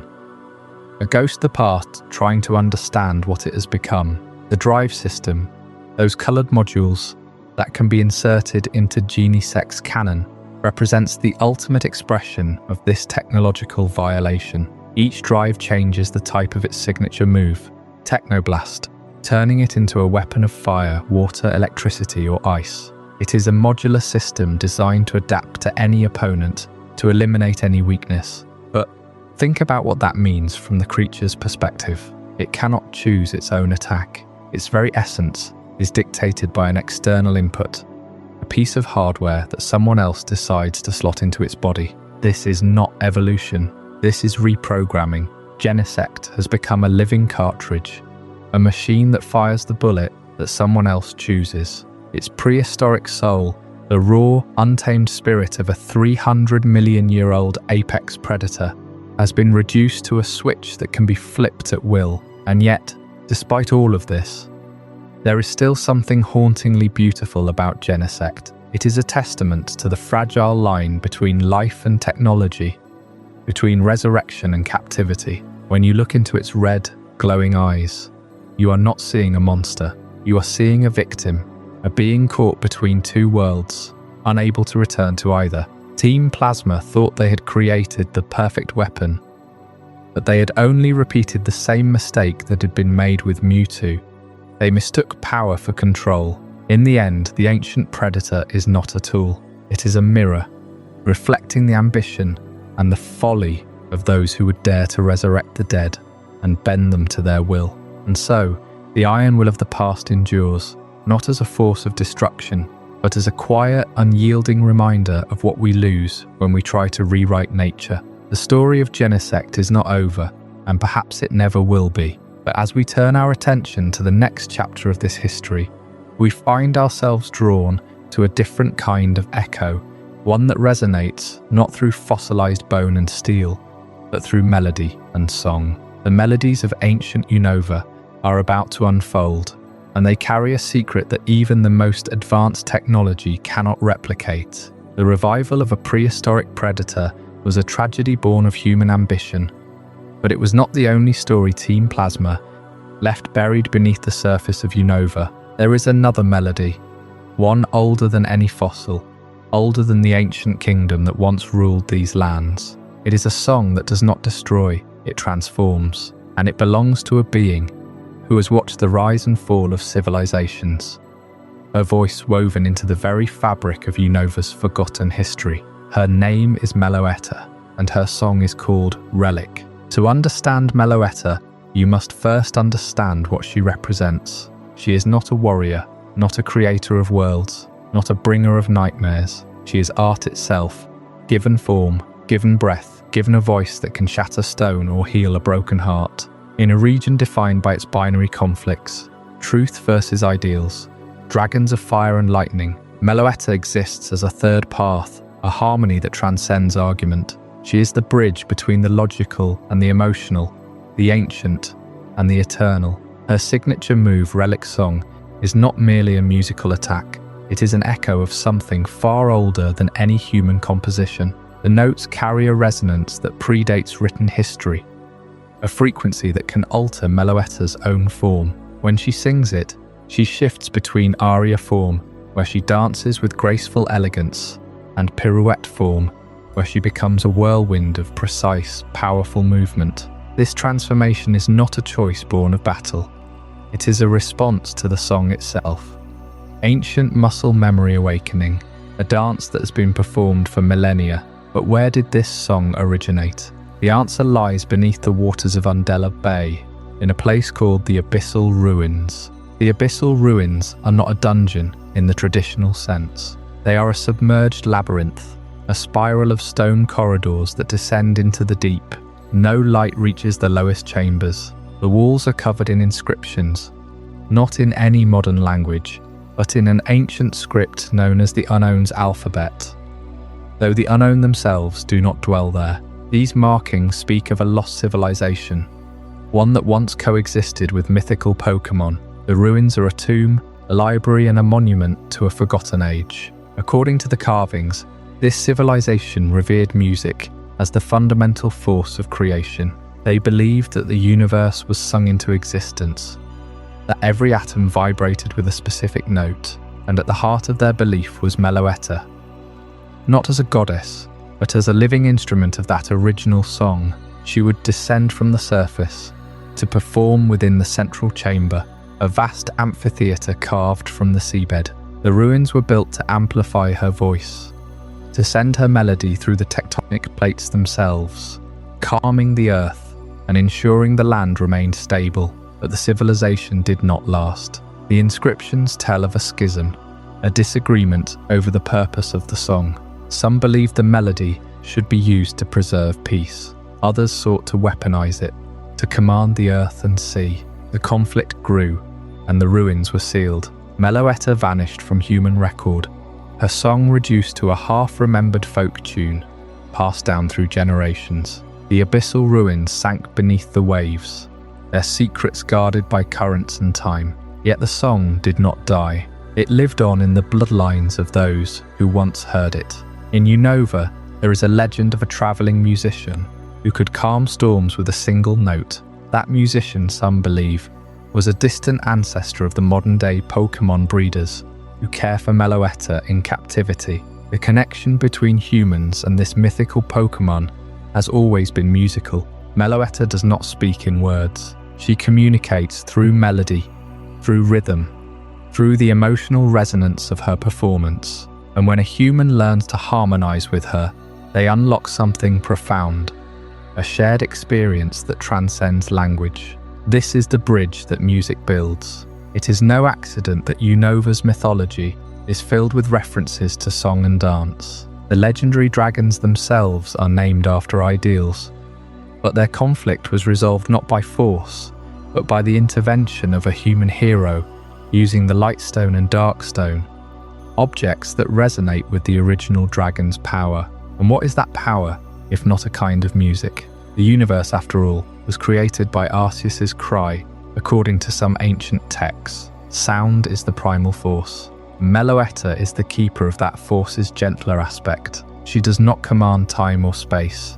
She does not warp reality. Instead, she reminds us that before there was truth, before there were ideals, there was harmony. And harmony requires both notes and silence, presence and absence, life and rest. The abyssal ruins still wait in the depths. No modern explorer has fully decoded their inscriptions. The central chamber remains sealed, its door requiring a key that no one has found. Some whisper that the key is not an object but a song, a perfect rendition of Relic Song, sung by a human voice in perfect sync with Meloetta herself. If that were ever achieved, the ruins would open, and the full history of that lost civilization would finally be revealed. But perhaps some mysteries are meant to remain unsung. Perhaps the beauty of the melody lies in its incompleteness. In the gaps that allow each generation to imagine its own verse, Meloetta continues to wander, her form shifting between aria and pirouette, her song echoing through the canyons and forests of Unova. She is a living relic, not of a forgotten war, but of a forgotten peace. And as we turn from the depths of the abyssal ruins, we must look toward the shining peaks of Kalos, where another mythical creature waits. A being of diamond and light, whose story is carved in crystal, and whose heart beats with the rhythm of a land fractured by war. The Jewel Princess awaits, and her tale is one of transformation, sacrifice, and the price of beauty. Meloetta's relic song had echoed through the ages, a melody that bound the past to the present. But not all myths are carried on the wind. Some are born from the earth itself, from the silent pressure of stone and the slow pulse of buried light, and sometimes a miracle erupts from the most unassuming of creatures. Deep within the Kalos region, beneath the glittering strata of a place called the Diamond Domain, there exists a modest Pokémon known as Carbink. It is not a rare sight in those caves, small grey-bodied, with a scattering of blue gemstones across its head and back. Carbink are born from high pressure and heat, formed over long ages like the minerals they resemble. They live in colonies, guarding the caverns they call home, and among them there is no expectation of greatness. But every so often, utterly without warning or pattern, one Carbink will undergo a transformation that defies all known biology. It is not evolution in the traditional sense. It is a sudden, radiant mutation, a leap from the ordinary into the realm of the extraordinary. That Carbink becomes Diancie. Diancie is the Jewel Princess, a title earned not by birthright but by sheer miraculous chance. She emerges from the Carbink population as a single gleaming exception. Where Carbink are simple, Diancie is regal. Her body becomes a pale pink crystalline form, adorned with brilliant diamonds and a flowing translucent skirt of pure light. She possesses the ability to create diamonds at will, compressing carbon in the air into the hardest natural substance known in the Pokémon world, and she does so not with effort, but as naturally as breathing. But there is a catch. Diancie cannot create these diamonds for herself. She can only shape them for others, a poignant detail that defines her role as a protector and a provider for her colony. The lore of the Diamond Domain paints a picture of a hidden kingdom beneath the earth, a place where the very walls are lined with gemstones and the air hums with the resonance of compressed time. It is there that the Carbink live, and it is there that the rare Diancie is born. But the domain is not merely a cave of pretty rocks. It is a living ecosystem of mineral-based lifeforms, where the boundaries between rock and creature blur. The life cycle of these beings is slow, measured in geological epochs rather than seasons. Carbink are born from the earth. They live, and when they eventually crumble, their remains enrich the soil, feeding the next generation of crystals. Diancie, however, is the exception, the one who defies that cycle. She is a temporary apex, a living crown jewel that shines for a short time before returning to the dust. The people of Kalos tell stories of a holy diamond, a perfect gem that lies at the heart of the Diamond Domain, a stone that is said to contain the essence of the domain itself. Some believe that this holy diamond is the source of all Diossi. Others whisper that it is a prison, or a heart, or a key. No one has ever found it, and those who have tried have only ever found more Carbink. But the true mystery of Diancie goes deeper than her origin. When the Kalos region introduced the concept of mega evolution, a temporary surge of power that transforms certain Pokémon into even more powerful forms. Diancie was one of the few mythical Pokémon to receive such an ability. This was a seismic shift in the power scaling of the entire Pokémon world. Up until that point, mythicals were considered untouchable, rare beings that existed outside the normal rules of battle. They were legendarily powerful, yes, but their strength was static, locked into a single form. Diancie's mega evolution shattered that assumption. With her megastone, Diancite, she could transform into Mega Diancie, a being of even greater crystalline beauty and devastating power. Her control over diamonds became absolute. She could create barriers, launch massive diamond projectiles, and even heal herself by converting her own body into pure diamond energy. The introduction of Mega Evolution to the mythical category meant that these creatures were no longer just rare curiosities. They were now actively participating in the arms race of competitive battling. It raised the question, if Diancie could Mega Evolve, why not other mythicals? And that question would linger unanswered for years. The impact on power scaling was immediate. Diancie, once a fragile fairy and rock type with decent stats but limited options, came a formidable sweeper. Her special attack soared, and her ability to nullify weather effects made her a threat to any team that relied on rain or sun. She was no longer just a princess locked in a tower of legend. She was a warrior queen, stepping onto the battlefield with the full weight of the Diamond Domain behind her. But that power came at a cost. Mega Diancie's lore suggests that the transformation is not without strain. The holy diamond inside her beats faster, and the pressure of that perfect gem threatens to shatter her from within. It is a fleeting state, a moment of brilliance that cannot be sustained. Much like the life cycle of the carbink itself, the jewel burns brightest just before it cracks. And yet, for all her power, Diancie remains a figure of melancholy. She's born alone. She rules alone. And when her time ends, she returns to the earth, leaving behind only the diamonds she created for others. The carbink do not mourn her. They simply await the next mutation, the next miracle, the next princess who will rise from the dust. The Diamond Domain holds its breath, waiting for the next spark of life that will turn stone into royalty. As we close this chapter on the Jewel Princess, the earth shifts beneath our feet. Not all myths are rooted in the ground. Some come from beyond the sky, from portals that tear open between dimensions, from tricksters who spin rings of light and chaos. The next mythical we will meet does not wait for birth in stone. It calls itself forth, and it laughs as it does so. That is the Djinn of Portals.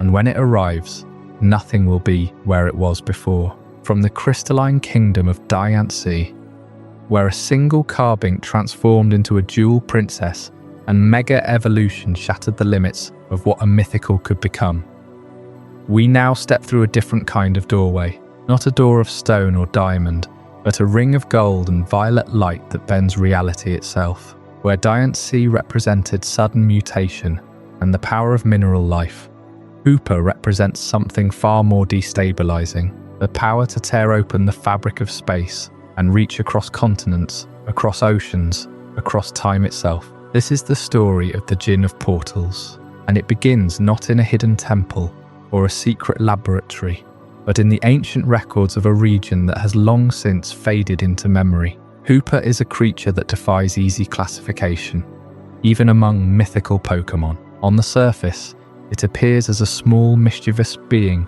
with a single golden ring hovering around its body. It looks almost playful, almost innocent, but that ring is not an accessory. It is a weapon. It is a key. It is a doorway. Hoopa's ability to warp space is not a subtle power that allows it to teleport a few feet across a battlefield. No, this is a power that can reach across entire regions, pull continents closer together, and relocate anything it desires from one corner of the world to another. The historical records from ancient Kalos tell of a trickster that moved entire castles, not destroyed them, not transported them in pieces. It picked them up, whole and intact, and set them down somewhere else as if they were toys on a map. Think about what that means for a moment. A castle is not just a building, it is a fortress. It is a seat of power. It is the home of armies, of nobles, of centuries of history. And one creature, driven by nothing more than curiosity or mischief, could relocate that castle to a different mountain, a different valley, a different kingdom entirely. The chaos such an event would cause is almost unimaginable. Borders shift overnight. Trade routes become obsolete. Entire wars could be ended or begun by the simple act of moving a fortress.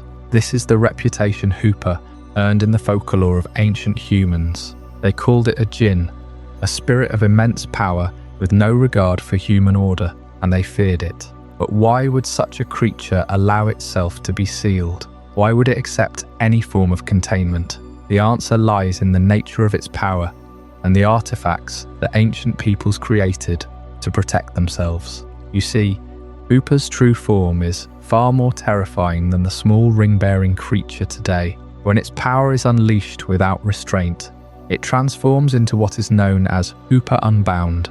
This form is massive, towering, with 6 golden rings orbiting its body like planets around a sun. In this state, Hoopa can warp space on a scale that defies comprehension.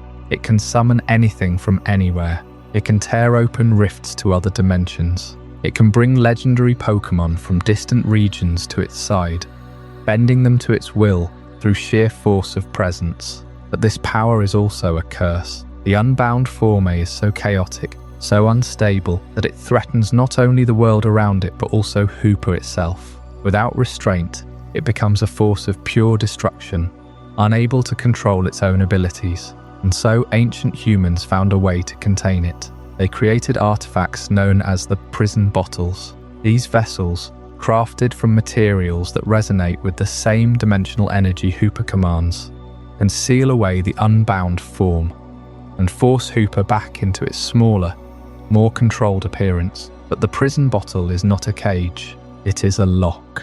It does not destroy Hoopa's power, it simply holds it in check. The creature is still capable of warping space, still capable of mischief, but it cannot access the full fury of its true form as long as the bottle remains intact and sealed. This is why, in the modern era, Hoopa is often found in its confined form, wandering the world as a trickster rather than a destroyer. It knows that the prison bottle is a double-edged sword. It protects the world from Hoopa Unbound, but it also protects Hoopa from itself. There are stories of trainers and researchers who have attempted to release the unbound form, seeking to control its power for their own purposes. Those stories rarely end well, and this brings us to one of the most fascinating consequences of Hoopa's existence: the mirage spots. Across the Hoenn region, and later in other parts of the world, strange portals began to appear. They were not the kind of portals that lead to other dimensions, but rather distortions in space that allowed legendary Pokémon to appear where they had no business being. Groudon in the desert, Kyogre in the deepest sea, Rayquaza soaring in the sky above a location far from its native ozone layer. These were not natural phenomena. They were the lingering echoes of Hoopa's power, remnants of a time when the Djinn of Portals opened rifts that never fully closed. The research into these mirage spots reveals a startling truth. Hoopa is not just a creature that moves objects through space. It is a creature that warps the very fabric of location, creating permanent pathways between distant points. When Hoopa Unbound was at its most active, it opened countless portals to summon legendary Pokémon from around the world. And even after its power was sealed, those portals remained like scars on the skin of reality. Over time, they stabilized. They became invisible, undetectable by normal means, but they never vanished entirely. And so, a trainer flying across Hoenn might suddenly encounter a Raikou, or a Latios, or even a Heatran, creatures that have no natural habitat in the region. These encounters are not random. They are the result of Hoopa's ancient summoning, a legacy of chaos that persists to this day. The mirage spots are the proof that Hoopa's power is not merely a story from the past. It is an active force, still shaping the distribution of legendary Pokémon across every generation. Think about what this means for the world of Pokémon. The presence of a Mewtwo in a cave in Kalos, the appearance of a Lugia in the seas of Alola, the sudden arrival of a Dialga in the skies of Galar. All of these could be traced back to the same source: Hoopa, the Djinn of Portals, a creature that, even in its sealed form, continues to influence the geography of legendary encounters on a global scale. But the mystery does not end there. The prison bottle itself is a fragile artifact. In the games, it can be obtained and used to transform Hoopa between forms. But the lore suggests that the bottle is not eternal. Over centuries, it can crack, it can weaken, and if it ever breaks completely, the unbound form would be released once more, free to tear open portals across the world with no one to stop it. Some believe that the ancient humans who created the bottles also left behind instructions for reforging them. But those instructions have been lost. We are left with a ticking clock, a countdown that may or may not be counting. And what happens when Hooper Unbound returns? Will it resume its ancient mischief? Will it try to reclaim the castles it once moved? Or will it simply cause chaos on a scale that makes the Mirage spots look like a minor inconvenience? The answer is unknown, but the threat is real. For now, Hooper remains in its confined form, a playful trickster that delights in hiding things, moving objects, and occasionally opening a portal just to watch someone walk through it and end up somewhere entirely unexpected. It is a creature of whimsy, but it is a creature of whimsy that holds the power to reshape the world. And that is the most unsettling part of all. As we close this chapter on the Djinn of Portals, we turn our attention to the mountains, not the gentle slopes of Hoenn or the jagged peaks of Sinnoh, but the volcanic heart of a region where steam and fire meet. There is a creature that dwells there, a being of immense pressure and hidden reservoirs, a mythical that has never been fully understood. It is called the steam engine of the mountains, and its story involves not just the power of nature, but the power of human ambition to harness that nature for its own ends. The next chapter will take us deep into the belly of the earth, where heat and water combine to create a force that could change the world. Hooper's portals could tear through space itself, snatching castles from their foundations and dropping them into new eras without warning. But even a trickster Djinn of that magnitude had limits. There are forces in the Pokemon world that cannot be summoned, bargained with, or sealed away by ordinary means. Forces that exist at the intersection of two opposing elements, where the clash of fire and water creates something entirely new, something that has no interest in being found. Deep in the mountains of the Kalos region, where geothermal vents scar the earth and hot springs boil with mineral fury, there is a being that embodies that impossible balance, Volcanion. Its very existence challenges a fundamental rule of nature. Fire and water should not coexist. Yet here they do, not simply as a compromise, but as a perfect synthesis. Steam. And steam, as any engineer will tell you, is not just a mixture. It is energy waiting to be unleashed. Volcanion's typing as a fire and water Pokemon is more than a biological anomaly. It is a statement about the physics of its world. When fire meets water, it does not extinguish the flame or vaporize the liquid into nothing. It creates a third state, one that can move mountains with pressure and heat. Volcanion controls that transformation with an instinct that predates recorded history. Its body is a living pressure vessel, capable of expelling scalding steam at velocities that can carve through rock. The water it generates is not drawn from external sources. It is produced internally through some unknown metabolic process, and then superheated by a core of volcanic intensity. The result is a weapon that can melt steel and obscure vision in an instant, but also a tool for propulsion, for defense, and for shaping the very terrain around it. This unique physiology has made Volcanion a myth, even among mythical Pokemon. Most trainers have only ever glimpsed it in old reports, in the aftermath of a geothermal eruption, or in the folklore of miners who speak of a beast that lives inside the world's hottest crevices. But there is a deeper story, one that connects Volcanion not just to the Earth, but to a forgotten kingdom built by human hands. That kingdom was called Azoth. The name appears in scattered archives, mostly dismissed as legend. Azoth was said to be a mechanical civilization, a society that had perfected the art of steam power long before the modern age. Its engineers constructed vast networks of pipes, gears and furnaces, all powered by a single source, a captive Volcanion harnessed to drive the machines of an entire nation. The relationship was not one of conquest, at least not in the way we might imagine. The records suggest a pact, an ancient agreement between the mythical and the inventors who understood its nature. Volcanion provided the steam, the endless pressure and heat, and in return the people of Azoth offered something it needed. A sanctuary, a place where it could exist without being hunted or exploited.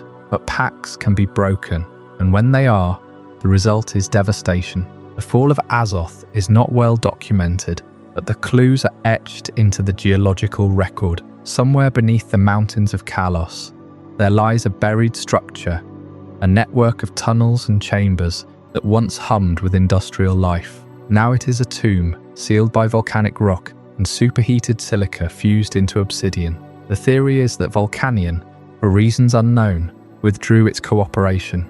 Perhaps the kingdom demanded too much, or perhaps the mythical sensed a betrayal. The steam that had once powered their greatness turned against them, erupting from every pipe and vent, until the city was consumed by its own energy. Volcanion fled deeper into the earth, and it has never trusted humans since. That is why Volcanion remains one of the most reclusive and human-averse mythicals in history. It is not shy like Celebi, hidden in the time stream, or aloof like Mew, drifting through jungles. Volcanion is actively hostile to human presence. Sightings are rare, and when they occur, the encounter is almost always brief. A plume of steam, a tremor, and then nothing. It does not want to be found, because it remembers what happened when it was found before. Modern researchers have tried to locate Volcanion using thermal imaging and seismic sensors, but the creature has learned to mask its heat signature, to blend with the natural geothermal activity of the mountains. It moves through magma chambers and underwater springs with equal ease, using its dual typing like a key that opens every lock. Fire and water, combined into steam, give it access to environments that would kill any other Pokémon. It is a ghost of two elements, a living engine that chose solitude over servitude, and yet the legacy of Azoth refuses to die. Scattered artifacts bearing the kingdom's seal have surfaced at black markets and museums. Gears engraved with ancient runes, blueprints for machines that run on nothing but condensed vapor, and fragments of a text that describes how to court the steam giant. Some believe that Volcanion still guards something in the heart of the mountain, a core of knowledge or power that Azoth left behind. Others think the mythical is protecting the last remnants of its former partners, a silent guardian watching over the ruins of a civilization that betrayed it. There is also a darker possibility. The mechanical kingdom may not have been the only one to seek Volcanion's power.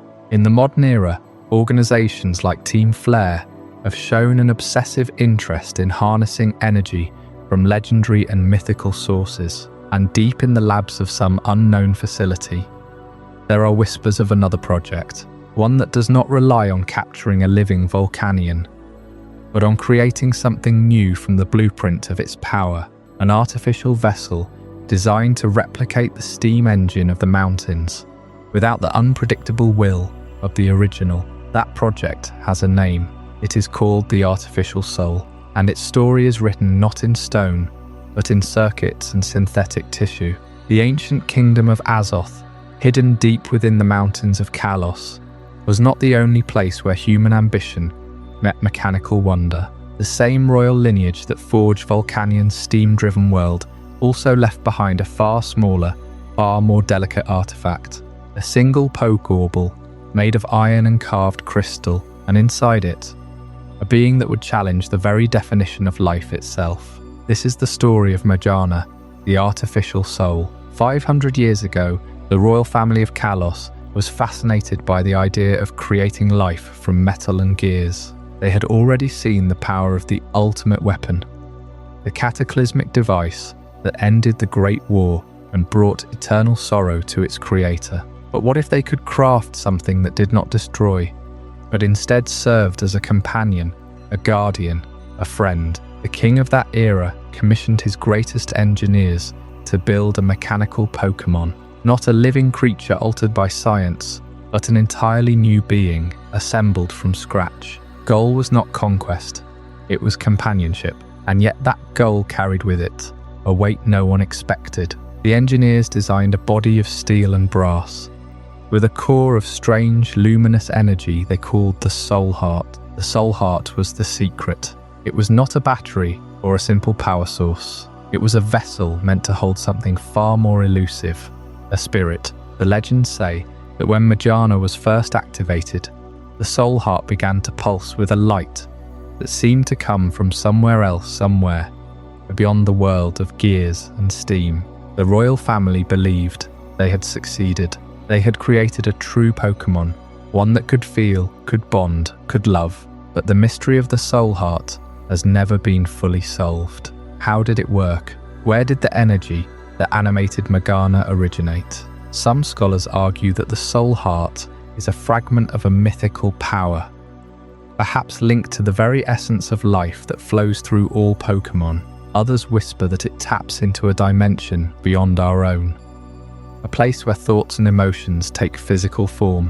What is certain is that only one Majana was ever built. The original, known today as the original Color Majana. Its body was painted in red and gold, the colours of the Kalos royal crest, and it served the family for generations, a silent witness to their triumphs and their tragedies. Over the centuries, the secret of the soul heart faded into myth. The original Majana eventually fell into a dormant state, its energy spent, its memories locked away, but its legend did not die. In the modern era, a replica was created, a second Majana, this one with a silver body, lacking the original's vibrant colours. That replica became a gift given to those who proved themselves worthy. But it was never quite the same as the first. The original Color Majana remains a one-of-a-kind relic, a puzzle box of ancient engineering and something more. And that brings us to the philosophical debate that lies at the heart of this chapter. Can a man-made machine possess a true Pokémon spirit? This question echoes far beyond Kalos. It touches on the very nature of what it means to be a Pokémon. Are they merely biological organisms with unique powers? Or is there a metaphysical essence, a soul that defines them? If a machine can be built that mimics a Pokémon's form and abilities, does that make it a Pokémon? Or is it just a clever automaton, a puppet without a spark? Majana blurs every line. Its soul heart is not a computer program or a simple AI. It does things that no normal machine can do. It forms bonds with its trainer. It shows emotions, curiosity, affection, even sadness. When it mega evolves, its energy signature changes in ways that scientists still cannot fully explain. The original Color Majana, in particular, seems to possess a kind of memory, a lingering sense of the ancient kingdom it once served. Some claim it wept when the royal line finally ended, but there is a darker possibility. What if the soul heart is not a creation of the Kalos engineers at all, but a discovery? What if they found an ancient relic, a fragment of a forgotten mythical Pokémon, and simply housed it in a mechanical shell? That would mean Majana is not an artificial soul. It is a captured one. The spirit within the machine might have existed long before the gears were ever turned. And if that is true, then every Magana, even the replica, carries a piece of something far older and far more mysterious than any human invention. The Kalos royal family was obsessed with the power of creation and destruction. They built a weapon that could end the world, and they built a friend that could last for centuries. Both required the same audacity, the belief that humans could reach into the realm of pure energy and shape it to their will. But the ultimate weapon was lost, its secrets buried under rubble and regret. Majana survived. It wandered the ages, its gears slowing, its soul heart dimming, until it was rediscovered in modern times. Tonight, as you drift towards sleep, consider that small metal being waiting in the darkness of history. Its heart still beats, a faint pulse of light that has outlasted empires. And somewhere, far from the noise of the world, the original Color Majana is still out there, a silent answer to a question we may never fully understand. But the mysteries of Kalos did not end with the artificial soul. Just beyond the horizon, a shadow falls over another region, a land where the sun never sets, and where the very fabric of reality begins to crack. That story belongs to a different chapter, one that begins with a shadow on the water and a legend that refuses to stay buried. We left the ancient halls of Kalos, where the soul heart of Majana pulsed with 5 centuries of forgotten loyalty. From that clockwork kingdom, we now cross the ocean to a sun-drenched archipelago, where the shadows themselves hold a secret far older than any machine, Alola, a place of volcanic peaks, crystalline waters, and a spiritual energy that hums beneath every island's soil. But for all its warmth, there is a cold truth hiding in the bright noon light, a truth that waits in the dark space between a body and its own shadow, Marshadow, the Zenith Pokémon, a name that appears in no ancient tablet, no royal mural, no temple carving, and yet it has always been there, lurking at the periphery of every legend, every clash of titans, every moment when a legendary Pokémon unleashes its full power. Marshadow is the one who watches from beneath. It is the shadow that belongs to no single master, the silhouette that clings to the heels of gods. Its typing is unique, fighting and ghost, a combination that speaks to its nature. It is both the warrior and the spectre, the physical blow and the intangible presence that follows you home. But what does it mean to be the zenith? In astronomical terms, the zenith is the highest point in the sky, directly above the observer, a point of ultimate elevation, of noonday power. Yet Marshadow is not a creature of blinding light. It is a creature of the darkness that light creates. When the sun stands at its peak, every object casts its shortest, sharpest shadow, and in that moment, Marshadow is closest to the surface. It is the apex of concealment, the paradox of being most present when you are least likely to look down. The Alolan people, who live under that fierce equatorial sun, understand this better than most. They know that the brightest day births the deepest shade. And so Marshadow exists as a test, not a test of strength, not a test of endurance, but a test of worthiness. The trial of the marshmallow, an oddly soft name for so stern a judge, is the ancient rites by which Marshadow determines who may claim the rainbow wing. That feather, shimmering with the colours of Ho-Oh, is not merely a relic, it is a key to what no living soul fully knows. But the legends of Alola speak of a time when the rainbow wing was sought by heroes, pilgrims and kings. They would journey to the volcanic slopes of Mount Lanakila, or to the hidden craters of the ancient ruins, and there they would face the trial. The trial is not a battle, it is a waiting game. The seeker must stand still, absolutely still, and allow their own shadow to become their only companion. And then from that shadow, Marshadow rises. It does not attack, it observes. It presses itself against the seeker's form, feeling their heartbeat, their fear, their resolve. If the seeker flinches, if they break their stillness, the shadow withdraws and the trial is over. But if they endure, if they hold their ground and meet that cold, dark gaze without trembling, then Marshadow offers a single, silent nod, and the rainbow wing is granted. This is a test of spiritual fortitude, not physical prowess, because Marshadow is intimately connected to the afterlife and the spiritual energy that permeates Alola. The islands are a place where the boundary between the living and the departed is thin. The Tapu Guardians, the guardian deities of each island, are themselves spirits of land and sea, and Marshadow dwells in that same liminal space. It is not a guardian, it is not a destroyer, it is the shadow of the soul, the part of us that walks beside us, but never speaks. When Alolan legends tell of souls that linger after death, they often speak of a dark shape that follows them, a silent guide that leads them to the edge of the next world. That shape is Marshadow.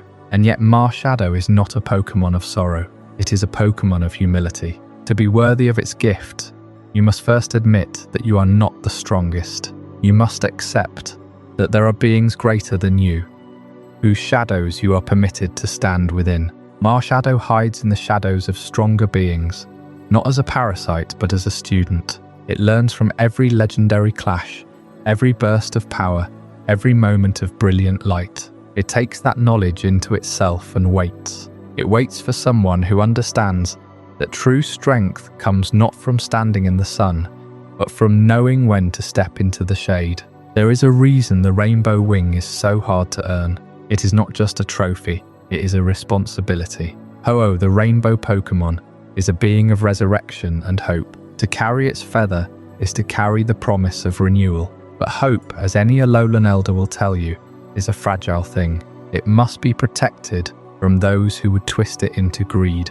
And so Marshadow stands at the gate, the silent sentinel, the shadow guardian, the one who checks your heart before you can take the next step. And when you finally hold the rainbow wing, when you feel the iridescent light warm your palm, you might notice something strange. Your shadow seems deeper, darker, more alive. Because Marshadow has not left you.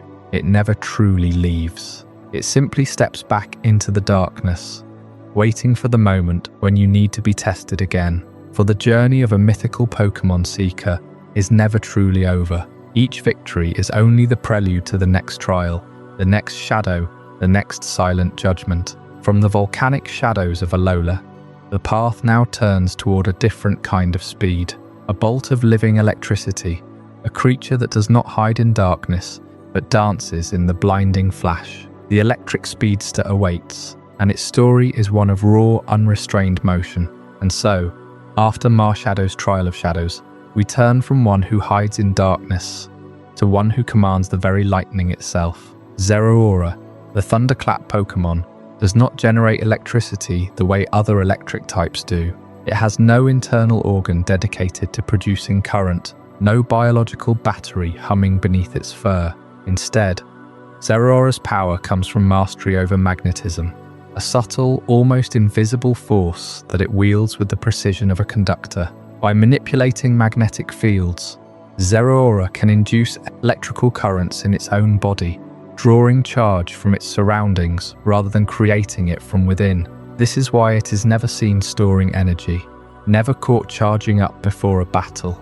It simply moves, and the lightning follows. This mastery of magnetism is directly tied to the environment that shaped it. The lore of Fueler City speaks of a wind that carries more than just salt and sea air, a wind that hums with static, a wind that Zeraora can feel across great distances. In the old stories, the Fueler wind is said to bring change, to announce the arrival of something powerful, and Zeraora is that something. It moves with the wind, not against it, and its relationship with the landscape is one of symbiotic balance. The wind carries the magnetic currents that Zeraora harvests, and Zeraora, in turn, protects the wild spaces where that wind flows freely. It is not a creature that seeks conflict.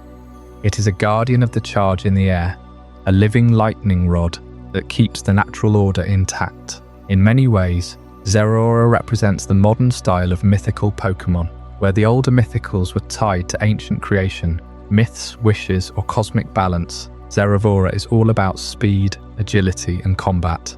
It is a fighter first, a legend second. Its appearance in battle is a blur of electric blue and white fur, a flash of motion that leaves opponents stunned before they even register its presence. This is a Pokémon designed for the arena, for the thrill of a high-speed duel. Its signature move, Plasma Fists, turns any normal type attack into an electric type one, making it unpredictable and devastating. Zeraora does not wait for destiny to call, it creates its own momentum, and that is exactly the kind of mythical that emerged in the Alola era and beyond. Creatures that are less about godhood and more about proving themselves through action. But even in its speed, Zeraora is deeply connected to place. The Fueler City wind is not just a backdrop, it is a character in its story. When Zeraora stands on a high ridge, feeling the magnetic pull of the earth and sky, it is not merely sensing the weather. It is reading the world around it like a map.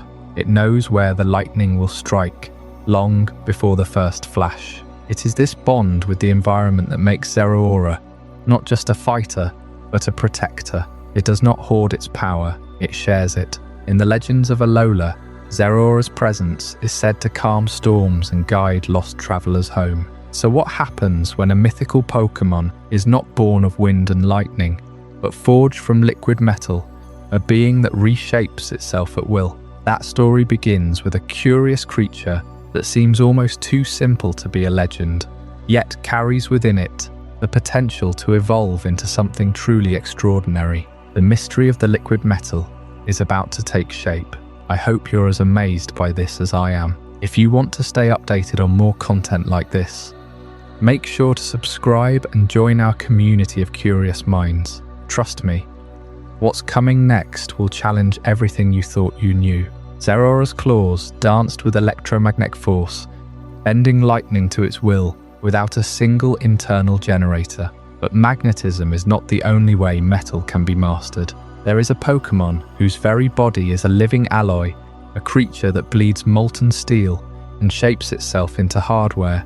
Its name is Melton, and its story begins not in the depths of a volcano or the core of a machine, but in the palm of your hand, through a screen, in a game that changed how we even encounter a mythical Pokémon. Melton's debut was unprecedented. It did not appear first in a main series game, nor in a movie, nor in a special distribution event at a store.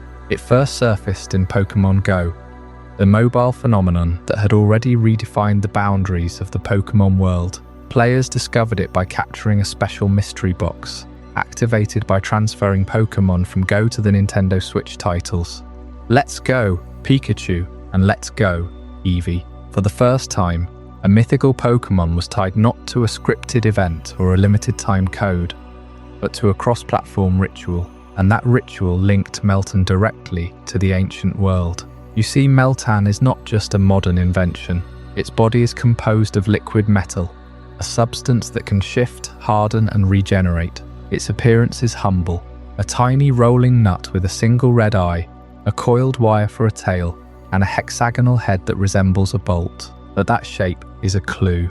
Hexagonal nuts have been found in archaeological sites across the real world, and in the Pokémon world, they echo the Industrial Revolution of ancient civilizations. Melton is believed to have dwelled alongside early humans, feeding on metal ores and assembling themselves into tools. They were the original recyclers, turning scrap into structure, and in doing so, they may have propelled the first human societies into an age of metalworking. The industrial impact of the Hexnut Pokémon on early human civilization cannot be overstated.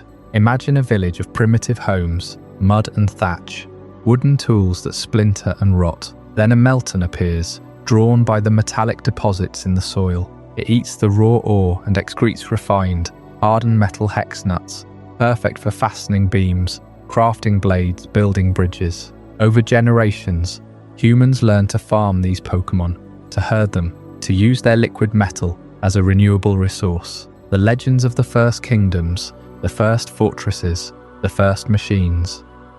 All of them may have been built on the backs of these tiny liquid creatures. But then something happened. Melton disappeared.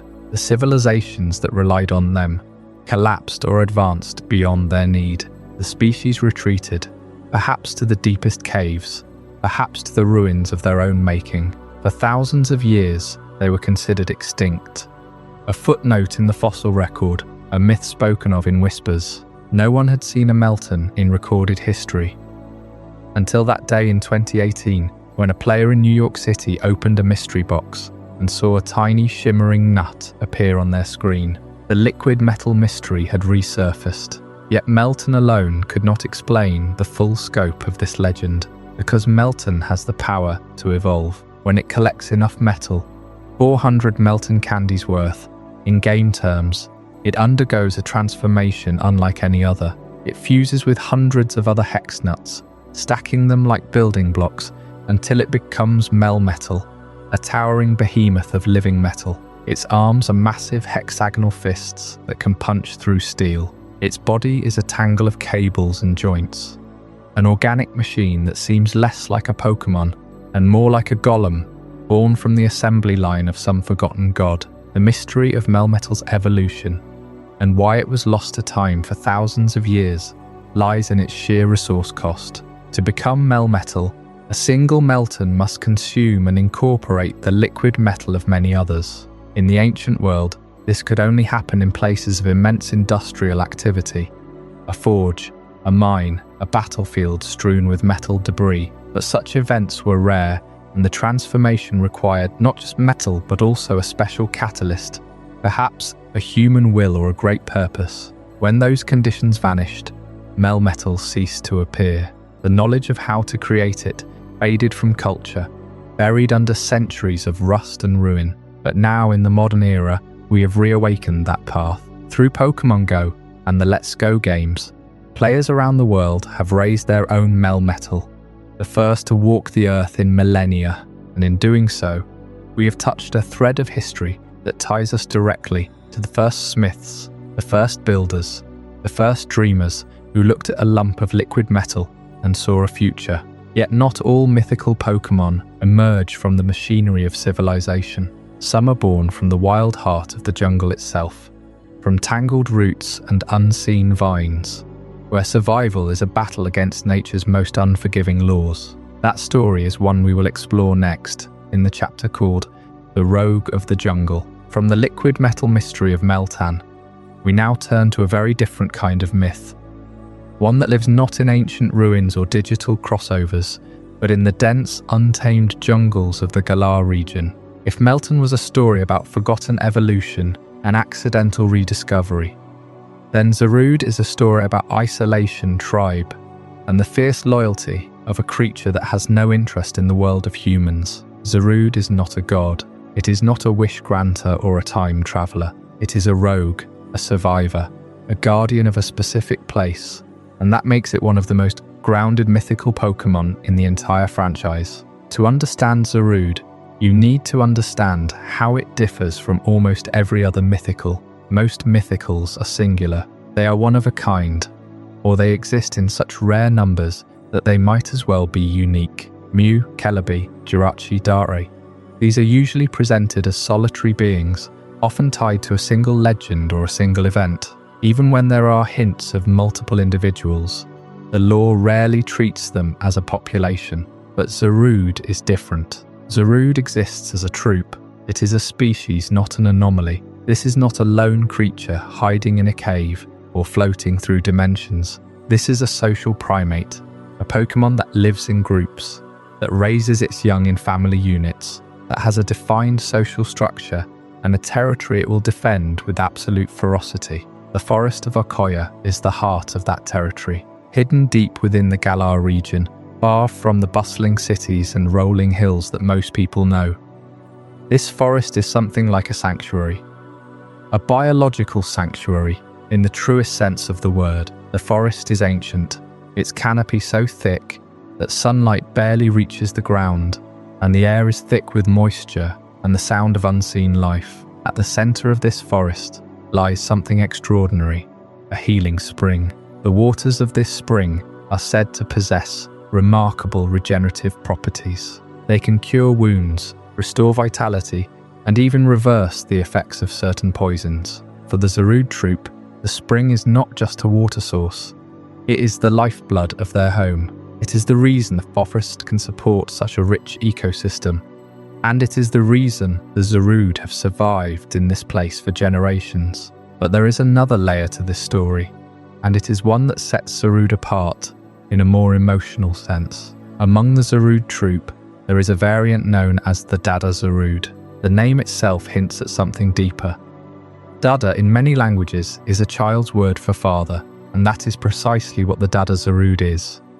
A father figure, but not in the way you might expect. The story of the Dada Zarude is a story of unconventional adoption. You see, the Dada Zarude is not the biological parent of the child it raises. It is a rogue, a wanderer, a Zarude that once lived apart from the troop, but when it encountered a human child, a baby, lost and alone in the jungle, the Dada Zarude did not turn away. It took the child in.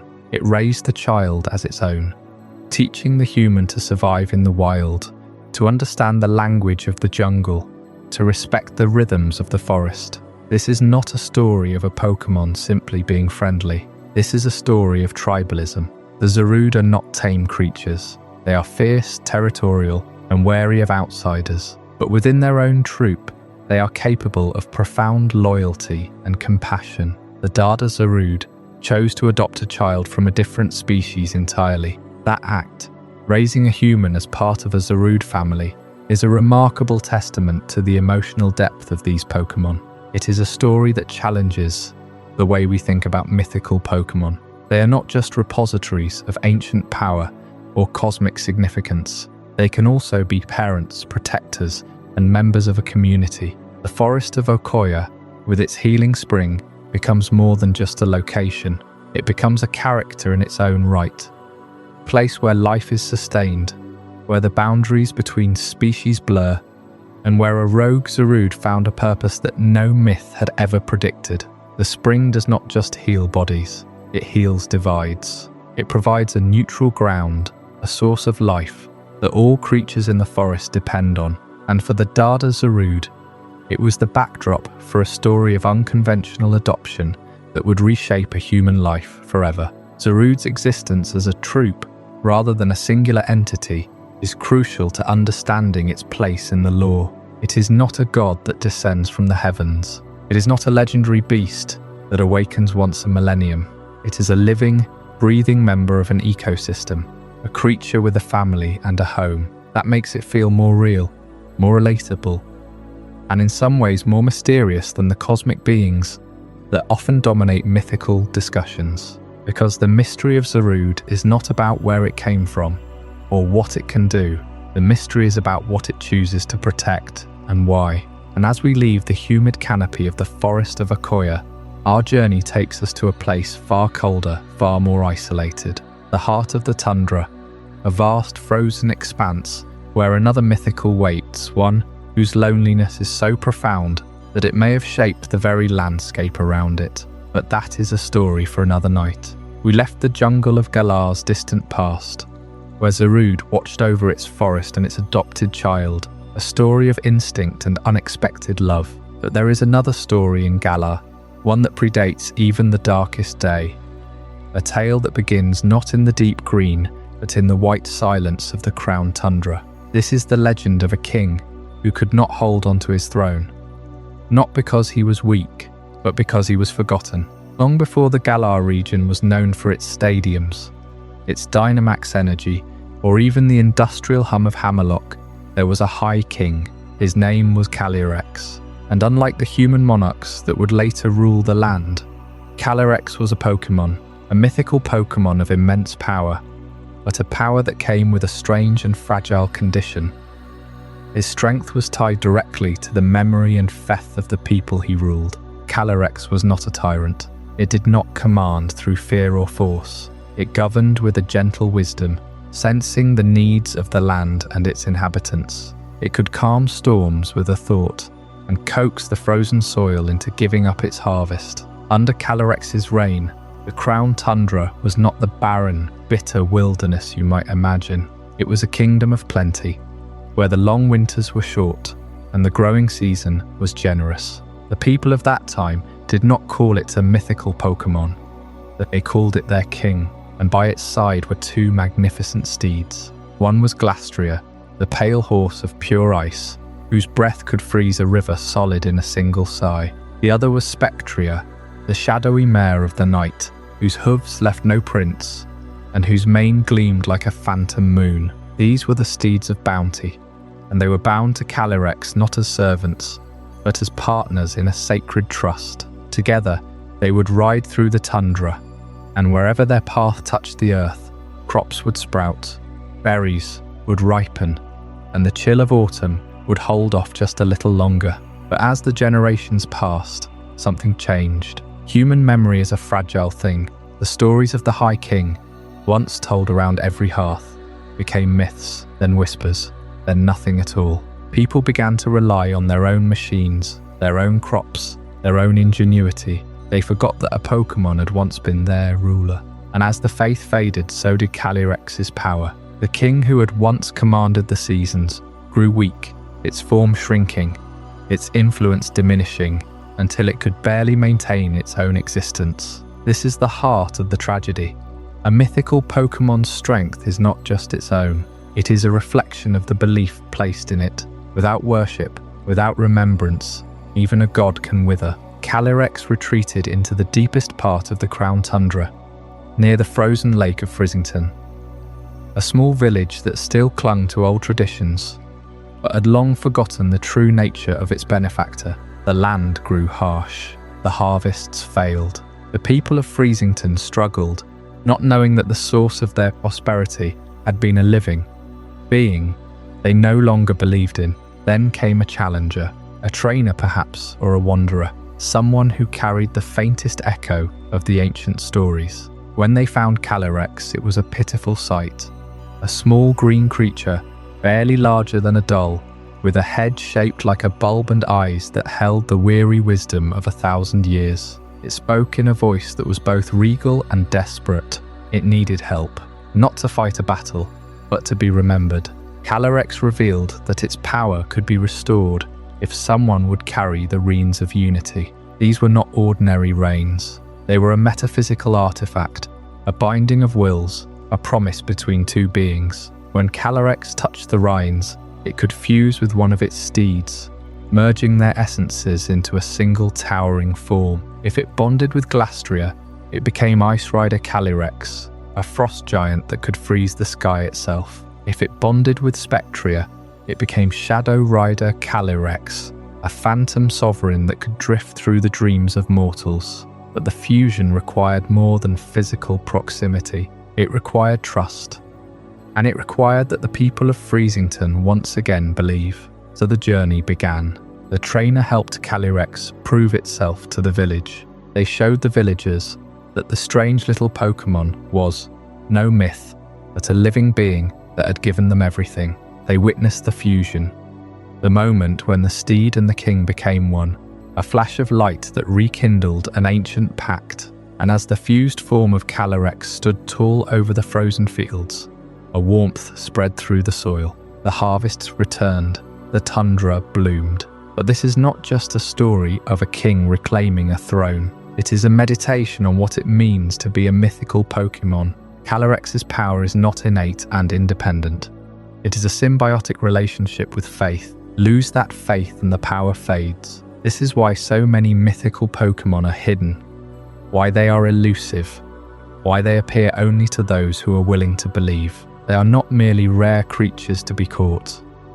They are keepers of a bond that humans have too often forgotten. The Crown Tundra is still cold, but it is no longer dead. The people of Freezington now tell their children about the High King, and they leave offerings of berries and herbs at the edge of the lake. Calyrex still watches, its steed by its side, its power restored but forever fragile. It knows that memory is a garden that must be tended, and as the snow falls on that quiet village, one can almost hear the echo of hooves, a soft whisper on the wind, reminding us that even kings are nothing without a kingdom that loves them. The next tale lies not in the cold, but in a place where the puppets pull the strings and a toxic miasma clouds the truth.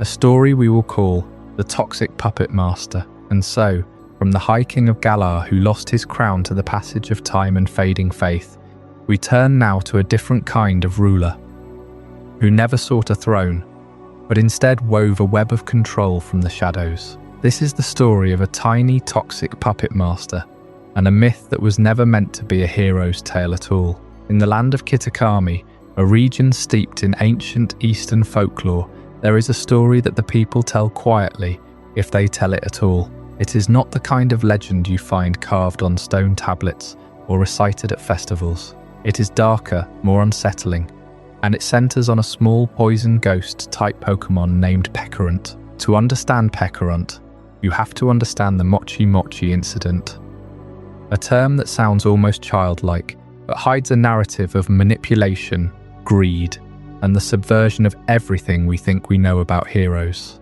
The tale begins with a simple treat, mochi. In Kitakami, mochi is more than a food. It is a symbol of celebration, of community, and of the bond between humans and Pokémon. But the mochi tied to Pecorant is no ordinary rice cake. It is said that Pecorant has the ability to produce a special mochi, laced with a toxic substance that does not poison the body, but instead poisons the will. Those who eat this mochi become enthralled, their desires twisted, their loyalty transferred entirely to Pecorant. It is a puppet master's dream, a tool for absolute control hidden behind a sweet and harmless exterior. The dark folklore of Kitakami speaks of Pecorant as a being that does not conquer by force, but by corruption. It is not a destroyer of worlds, but a whisperer of greed, a tempter that offers what you most want in exchange for your freedom. And in the land's oldest stories, This is exactly what happened to 3 Pokémon who were once thought of as protectors, the Loyal 3. Now, the Loyal 3 are a trio of Pokémon that appear in Kitakami's mythology as heroes. They are said to have defended the region from a great threat long ago. But the truth, as with so many myths, is far more complicated. According to the lore that has only recently come to light, the Loyal 3 were not always loyal in the way we imagine. They were once individuals, perhaps even rivals, but Pecharunt saw in them something useful. Using its toxic mochi, Pecharunt manipulated them, subverting their will, twisting their purpose, and ultimately crafting a narrative that would be passed down through generations.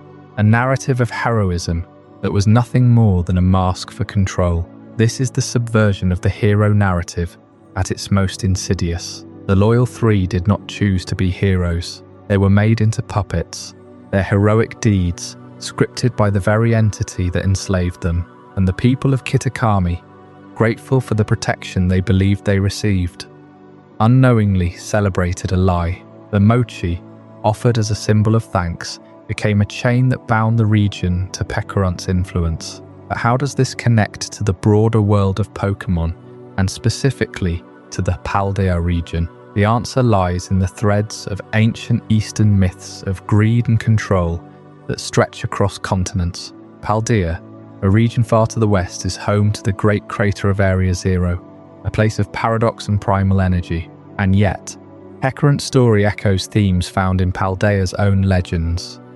The danger of unchecked desire, the corruption that comes from wanting too much, and the creatures that emerge when those desires are given form. Pecharunt is not merely a regional curiosity. It is a living embodiment of a universal warning. Its toxic mochi is a metaphor for the allure of power, the way it can seduce even the noblest of beings into a state of servitude. The Loyal 3, once celebrated as saviors, are revealed to be victims. Their heroism a performance directed by a master manipulator, and the people of Kitakami, by accepting the mochi, by believing the story, became complicit in their own subjugation. The tragedy of Pecharunt is that it does not hate, it does not destroy, it simply controls, and in controlling, it fulfills its own nature. It is a puppet master that does not even need to pull the strings. The strings are already there, woven into the desires of every creature it meets. Greed, ambition, the longing for safety or love. These are the threads Pecharunt seizes, and once it has them, it never lets go. And so, as the sun sets over Kitakami, the truth of the Mochi Mochi incident remains buried beneath layers of folklore and forgotten history. But the mystery does not end there. For in the depths of Paldea, inside the great crater of Area Zero, another story is waiting to be uncovered. A story of paradoxes, of creatures that exist outside of time, and of a power that may be the source of all these myths. The next chapter in this journey will take us into the heart of that crater, to face a mystery that defies everything we think we know about past and future. This is the story of the paradox of Area Zero. We left the land of Kitakami with its dark folklore, a tale of possession and puppetry stitched into the very berries of a cursed tree. Pecharunt's story feels almost like a fable, a warning passed down through generations. But not every mystery in Paldea's orbit is so neatly contained within regional legend. Some secrets are buried deep beneath the earth, sealed inside a chasm so vast it alters the weather above it. I am talking, of course, about the great crater of Paldea, Area Zero, and the paradox that sits at its heart is one of the most profound questions in modern Pokémon mythology. Did the strange creatures we call paradox Pokémon come from another time, or from another place entirely? A place called imagination. The question was not asked lightly. It formed the core of the research conducted by Professor Sada and Professor Turo, two brilliant minds who became obsessed with the impossible. According to the records left behind in their laboratories, they built a machine, a time machine. The device was said to be powered by a mysterious energy source found only in the deepest strata of Area Zero, and it worked. It pulled ancient Pokémon from the distant past and future Pokémon from ages yet to come. That was the official explanation, repeated in academic papers, and reinforced by the presence of creatures like Great Tusk and Iron Treads roaming the crater. But as the professor's own work progressed, cracks began to appear in that neat narrative. Their journals, later recovered and studied by the League, hint at something far stranger. The Paradox Pokémon didn't behave like temporal travelers. Their biology didn't match any known fossil record or evolutionary projection. And then there was the book, a scarlet or violet volume, depending on your version of the story, written by a man named Heath over 200 years ago. Heath had led an expedition into Area Zero and recorded sightings of creatures that were eerily similar to the Paradox Pokémon of the present day. He even drew them, and those drawings matched the modern sightings almost perfectly. This is where the imagination theory takes hold. What if the time machine was not actually pulling creatures from real past or future timelines, but instead materializing the very concepts described in Heath's book? What if the machine, powered by the unique energy of Area Zero, was acting as a bridge not through time, but through desire? The professors might have believed they were building a time machine, but in reality, they created a device that could summon the contents of a human imagination. The Paradox Pokémon would not be fossils or aliens from another century. They would be creatures of myth, made flesh by the power hidden beneath the crater.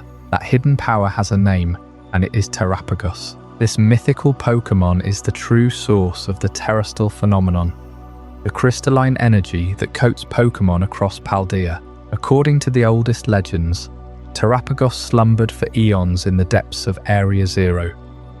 Its shell a massive crystalline structure that accumulated the energy of the region.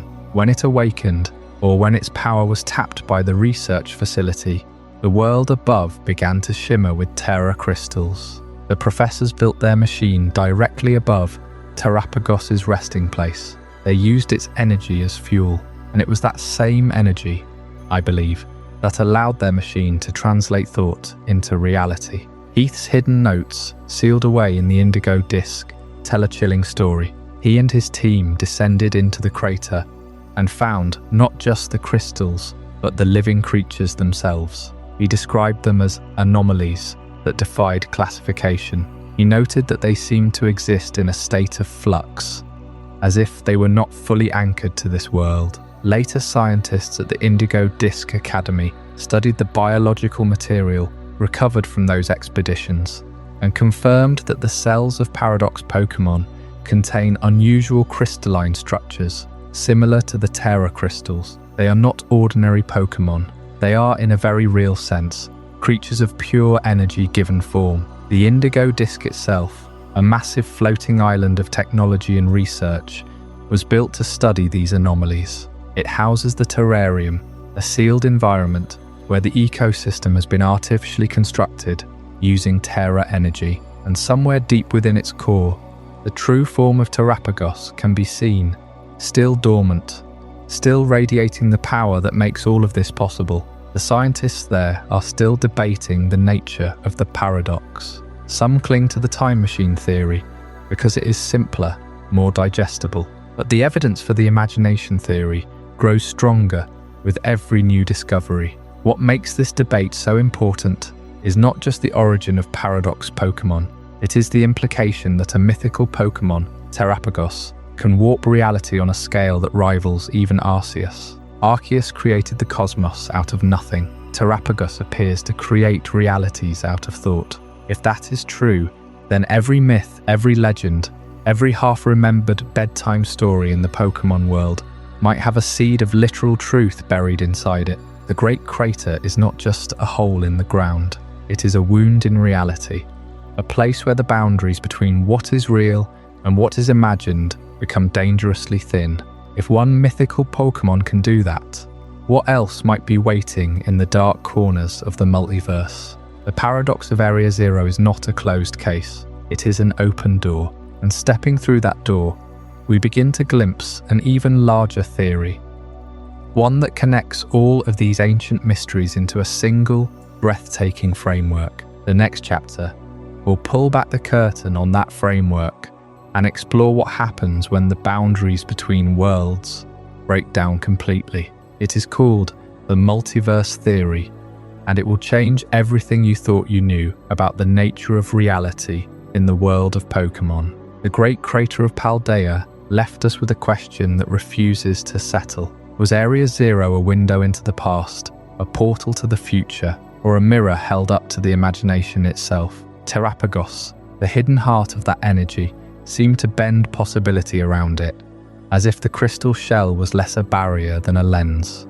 And that lens, perhaps, is the key to understanding something far larger than any single region. Because the deeper you dig into the lore of mythical Pokémon, the more you realize that the universe itself is not a single thread, but a tapestry of countless, overlapping realities. Consider the trickster of dimensions, Hooper. This mythical Pokémon is often dismissed as a mischievous prankster, a creature of rings and portals. But those rings are not mere teleportation devices. They are tears in the fabric of space-time, capable of reaching across not just distance, but across the very seams of reality. Hooper's lore in the Hooper and the Clash of Ages movie is not simply a story about a djinn and its bottle. It is a direct statement that multiple timelines coexist, that the same legendary Pokémon from one world can be summoned into another.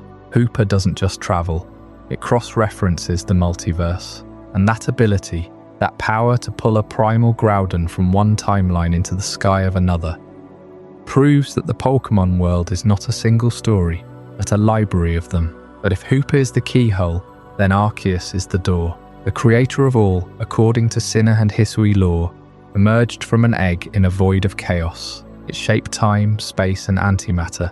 It set the late Guardians as the pillars of spirit. Yet, if Arceus is truly the singular creator, how can there be multiple timelines? Because Arceus itself appears differently across different eras. In the Sinnoh games, it is a dormant myth, reachable only through an event item. In Pokémon Legends, Arceus, it is an active, observing presence, even directly communicating with the player. And then, in the modern day of the Diamond and Pearl remakes, there is a secret buried deeper than any cave. The Delta episode in Pokémon Omega Ruby and Alpha Sapphire is the first time the franchise openly acknowledged its own multiverse. During that post-game story, Zinnia reveals a truth that shook the very foundation of the lore. She speaks of a world where the ultimate weapon was never fired, where the Kalos War ended differently. She calls these branches of reality, and she claims that the Hoenn we know, the Hoenn of the original Ruby and Sapphire,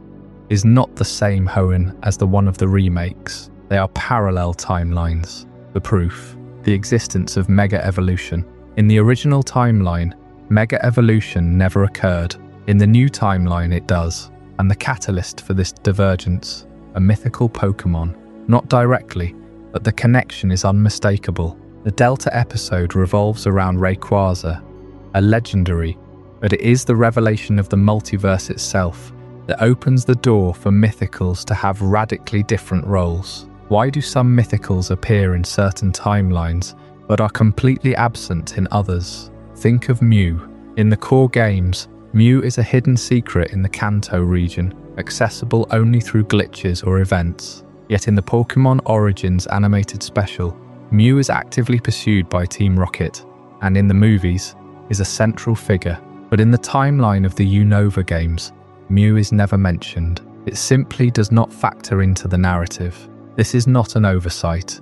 It is a consequence of the multiverse. Each timeline has its own set of conditions, its own rules of what is possible. In one timeline, Arceus created a stable universe where Dialga and Palkia govern a single linear history. In another, Arceus allowed for branching points, where events like the creation of the ultimate weapon or the discovery of Mega Evolution could fracture existence. The Delta episode's most haunting moment is when Zinnia speaks of the original timeline's Rayquaza, the one that stopped the Groudon and Kyogre conflict without Mega Evolution. That Rayquaza, she implies, is now a ghost, a memory preserved in a stone, and the Rayquaza we meet in the remake is a new being from a new branch. This same principle applies to mythical Pokémon like Diancie, born from a Carbink in a specific set of circumstances, only possible in the Hoenn of that timeline, or Volcanion, whose steam energy may be tied to the geothermal activity of a particular world. Some mythical Pokémon are so tied to unique events, a single wish, a single nightmare, a single cosmic alignment, that if the timeline shifts slightly, they may never come into existence at all. This is why Arceus is so vital to the theory. In Pokémon Legends, Arceus, the player character, is literally pulled from their own time into the past of a different timeline. The game's opening cutscene shows a mysterious rift in space, and Arceus' voice speaking directly to you. It is not just a summoning, it is a deliberate choice by the creator to intervene in a fractured reality. And at the end of that game, after you catch or battle Arceus, it grants you the ability to travel freely across its creation. But what is creation? A single universe, or a web of them? The evidence from the Delta episode and Hooper's rings suggests the latter. So when we look at the map of mythical Pokémon, we are not looking at a list of rare creatures. We are looking at the fingerprints of a multiverse. Some of those fingerprints are strong. Mew's DNA is so fundamental it appears in almost every timeline. Others are faint, like Melton, which only reappeared after thousands of years in a specific timeline where Pokémon Go's technology connected worlds. The fact that certain mythicals are absent from entire generations is not a design choice. It is law. It's a silent admission that not every possibility happens in every world. And that leads us to the next chapter, where we will follow the thread of these mythologies into the very medium that brought them to life for so many fans. Chapter 26. The movie tie-in Legacy will explore how the animated films wove these multiversal threads into narratives that sometimes contradicted the games, sometimes expanded them, and sometimes created entirely new timelines of their own. It is a legacy that blurs the line between canon and imagination, and it begins with a single ring, a single portal, and a single creator who may have seen all of this from the very beginning.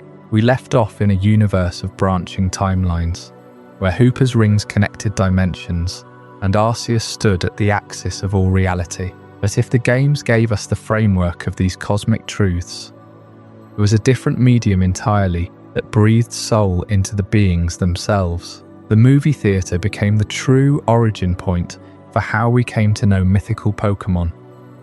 And that legacy shaped everything about their mystique. Consider the very first Pokémon movie. Before Mewtwo was a playable character in any game, before its event distribution in red and blue, it was a tragic figure on the silver screen. That film gave Mewtwo a voice, a philosophy, and a heartbreak. You watched it question its own existence, lash out at humanity, and ultimately choose mercy. When you later received a Mewtwo in a limited time event, you weren't just getting a powerful psychic type.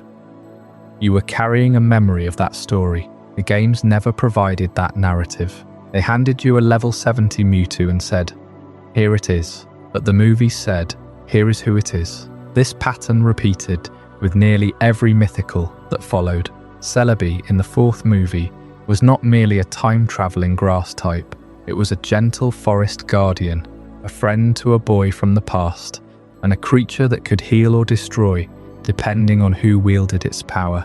The games, by contrast, offered Celebi as a promotional prize for visiting a store or for owning a specific cartridge. There was no quest, no dialogue with the Pokémon itself, just a transaction in a Poké Center. The personality of Celebi, its gentle curiosity and its fear of exploitation, was fully defined by that animated feature. So when you finally obtained it in Pokémon Crystal or later titles, you were not meeting a stranger. You were meeting an old friend from a film you had memorized. Jirachi was the same.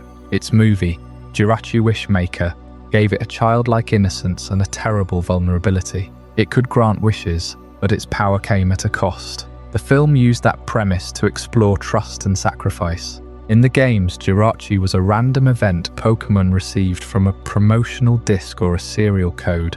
You didn't have to earn its trust.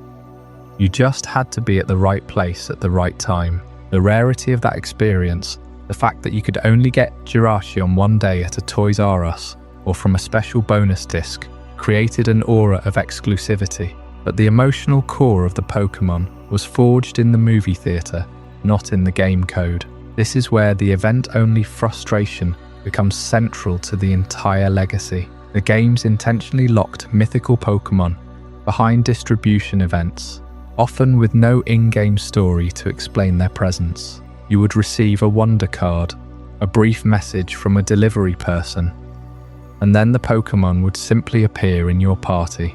There was no dungeon, no puzzle, no dialogue with a legendary figure, just a transaction. This method created a specific kind of rarity. The Pokémon was not rare because it was hard to find in the wild, but because it was hard to be in the right place at the right time. That scarcity built aura. When you were one of the few kids who had a Mew from a mall tour, you carried a secret that most players would never know.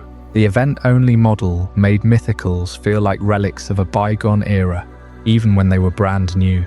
But earlier generations did attempt side quests. In Pokémon Crystal, there was a way to encounter Celebi in the Ilex Forest, though it required a GS ball that was never distributed outside of Japan. That side quest was the original vision.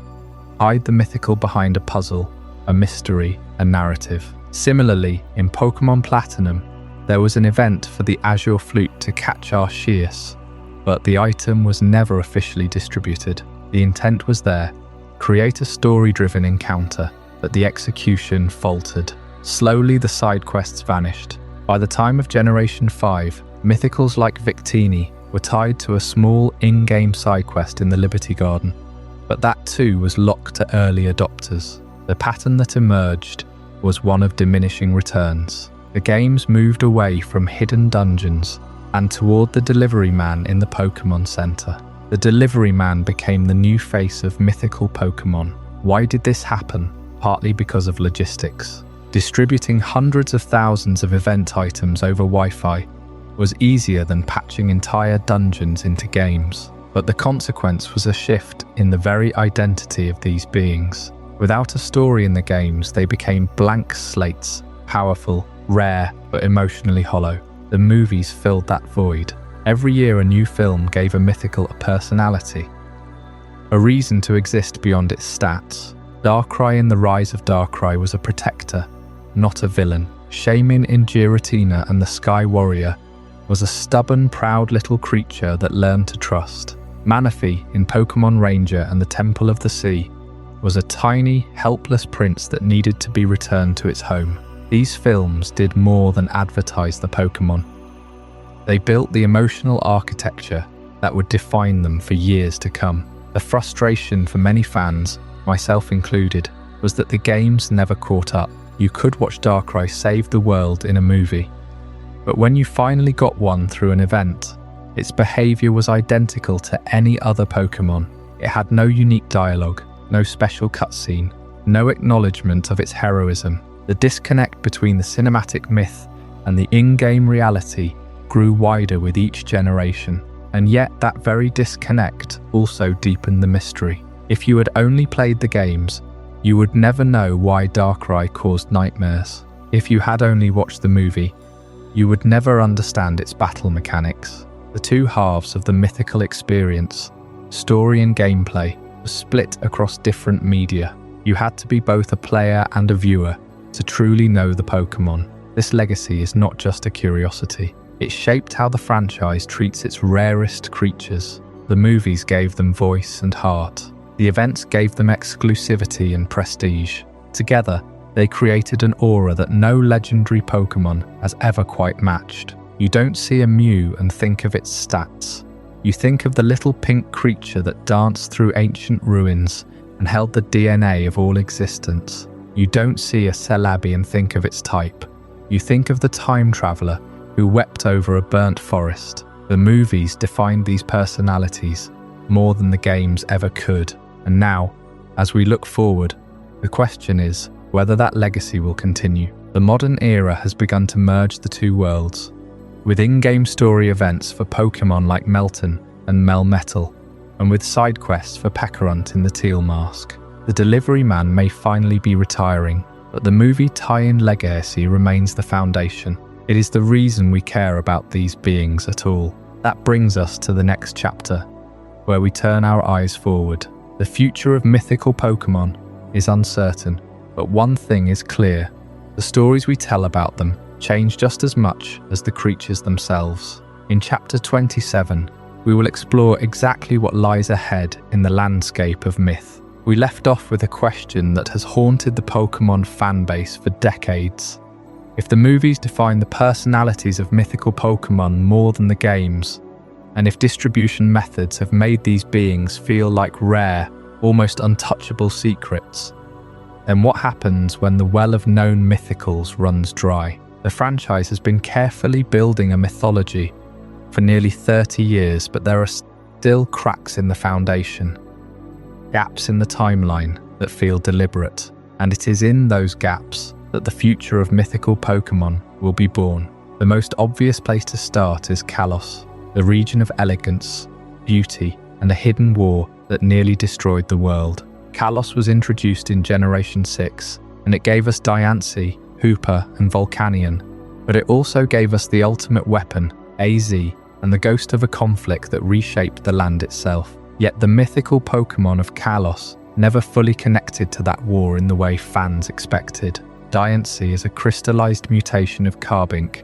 Hooper is a dimensional trickster, and Volcanion is a steam-powered wanderer. None of them are directly tied to the ultimate weapon or the ancient king.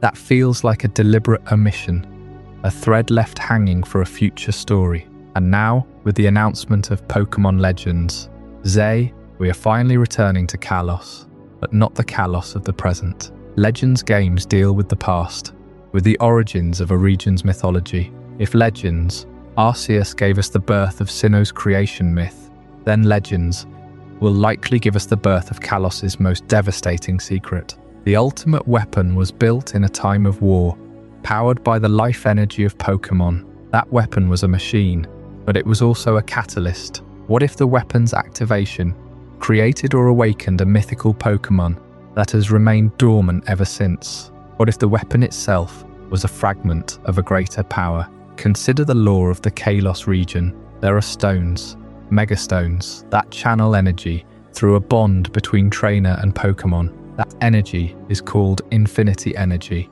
and it is the same force that powered the ultimate weapon. The weapon was designed to give eternal life, but it failed, or rather, it worked in a way that warped the natural order. The King's Floette was revived, but the weapon's true potential may have been linked to a mythical being that controlled the flow of life and death, time and space. We have not seen that being yet, but the gaps in Kalos lore are wide enough to drive a truck through. There is also the matter of Zygarde.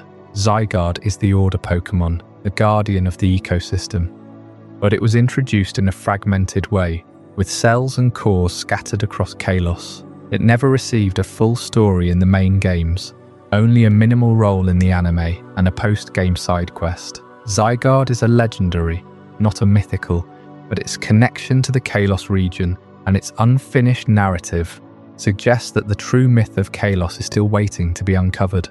In Legends, we might finally see the complete Zygarde, or perhaps a new form, and through it, the missing piece of the ultimate weapon story. But the future of mythical Pokémon is not just about revisiting old regions. It is about filling the lore gaps in the present. Generation 9 gave us Pecorant, a mythical steeped in the folklore of Kitakami, a land where peaches and possession go hand in hand. That story felt self-contained, but it also hinted at a larger framework. The Loyal Three were created by Pecorant, and they were worshipped as heroes, but their history was a lie. That theme of deception and hidden origins is becoming common. The franchise is teaching us that not every myth is true, and that some mythicals are the result of human ambition or error. So what comes next? If we look at the regions that still have unresolved mysteries, the list is telling. We have the Orange Islands, which are rarely touched. We have the Sevi Islands, with their own folklore. We have the entire concept of the dream world from Unova, which never got a mythical tied directly to dreams beyond Darkrai. And Darkrai is more nightmare than dream. Then there is the concept of the Pokédex itself, as a data network, which could spawn a digital mythical, a being born from the collective knowledge of all trainers. That would be a fascinating direction for a future generation, especially given the increasing presence of technology in the modern games. The most intriguing gap, though, is the one left by the Paradox Pokémon. In Area 0, we encountered beings from the past and future, but we never learned the full truth behind the time machine. Terrapagos is a mythical that seems to control the terrestrial phenomenon, and it may be the source of the energy that powers the time machine, but its origins are still mysterious. Could Terrapagos be a fragment of a larger being, a god of time and space that exists across all timelines? And if so, what would that mean for the next generation of games? The answer may lie in the next mainline title, or in a future Legends game set in a region we have not yet explored. The franchise must also balance power creep. Every generation introduces a new mythical that is supposedly the most powerful or the most ancient. Arceus is the creator, Mew is the ancestor, Celebi controls time, Jirachi grants wishes. The list goes on. How do you top a literal creator god? The answer is to stop trying to top it. Instead, the future of mythical Pokémon may be about smaller, more intimate stories. Mythicals that are not gods, but legends in the folkloric sense, tied to a specific culture or location. Pekarunt already showed this path. It is not a cosmic entity. It is a cursed dumpling that poisons people with bad mochi. That is delightfully strange and grounded. The challenge is to keep the mystery alive without resorting to ever-escalating scale. The franchise has already introduced the multiverse, alternate dimensions, and beings that exist outside of time. The next mythical could be something that exists between the spaces, a creature that is not a god but a principle, something like entropy or memory or even the concept of failure. There is a rich vein of philosophy to mine here, and if the writers are bold, they could create a mythical that represents the unknowable, a being that is not evil or good but simply an observer. And that brings us back to the ancient world. The next chapter in the Pokémon timeline is not just about the future of the franchise, but about the beginning of all stories. We have seen creation myths from Sinnoh, balance from Hoenn, and ideology from Unova, but we have never seen a single unified timeline that ties every region together. The mythical Pokémon, by their very nature, exist outside of the normal flow of time and space, and they may hold the key to understanding the full chronology of the Pokémon universe. That is a story worth telling, and it will require piecing together every fragment of lore from every generation, every movie, every event distribution, and every hidden inscription. The future of myth is not about making bigger gods. It is about making the myths mean something. And as we prepare to step into the ancient streets of Lumiosi City, in a time before the war, we should remember that every legend begins with a question left unanswered. The answers are waiting in the shadows of the past. Up next, in Chapter 28, we will attempt to build a complete timeline of creation, from the first spark of Arceus to the mysteries of the present day. We have spent many nights together, tracing the threads of mystery that weave through this world, from the earliest myths to the hints of what might come next in Kalos and beyond. But now it is time to step back and see the entire tapestry at once, from the very first spark of existence to the most recent whispers of folklore. This is the complete timeline of creation, the story of how the Pokémon universe came to be, how it has been shaped by forces both divine and human, and how the eternal dance between balance and interference has left its mark on every corner of this world. And at the heart of it all, there is a single question that has kept us searching for decades. What is the mystery that refuses to be solved? The beginning, as far as any legend can tell, was not a big bang but an emergence. From a void of absolute nothing, an egg appeared, and from that egg came Arceus, the first being. It is said that Arceus created the universe with 1,000 arms, but those arms are not literal limbs. They are the fundamental forces that gave shape to reality. With its will, Arceus brought forth Dialga to govern time, Palkia to govern space, and Giratina to govern antimatter, the counterbalance that keeps existence from collapsing into itself. And then came the late Guardians, Uxie, Mesprit, and Azelf, the embodiments of knowledge, emotion, and willpower, the very building blocks of consciousness. This was not a random act of creation, it was an act of balance. Every power had a counterpart, every domain a limit, and every force a purpose. But creation is never static, and the first great fracture came when Giratina's nature proved too violent for the ordered universe. Arceus banished it to the distortion world, a realm where the rules of time and space do not apply. That exile itself became a lesson. Even the creator cannot simply destroy what it has made. It can only separate and contain. And so the distortion world became a prison, but also a necessary part of the cosmic balance. A shadow that gives the light its shape. From that primordial foundation, life began to emerge. And among the first life forms was Mew, a small pink Pokémon whose very cells contain the genetic blueprint of every Pokémon that would ever exist. Mew is not a creator in the same sense as Arceus, but it is the ancestor, the original template. In the early days of the franchise, when we knew so little, Mew was the ultimate mystery. A Pokémon that supposedly existed but could not be found, a rumour that turned out to be true. It set the pattern for every mythical that followed.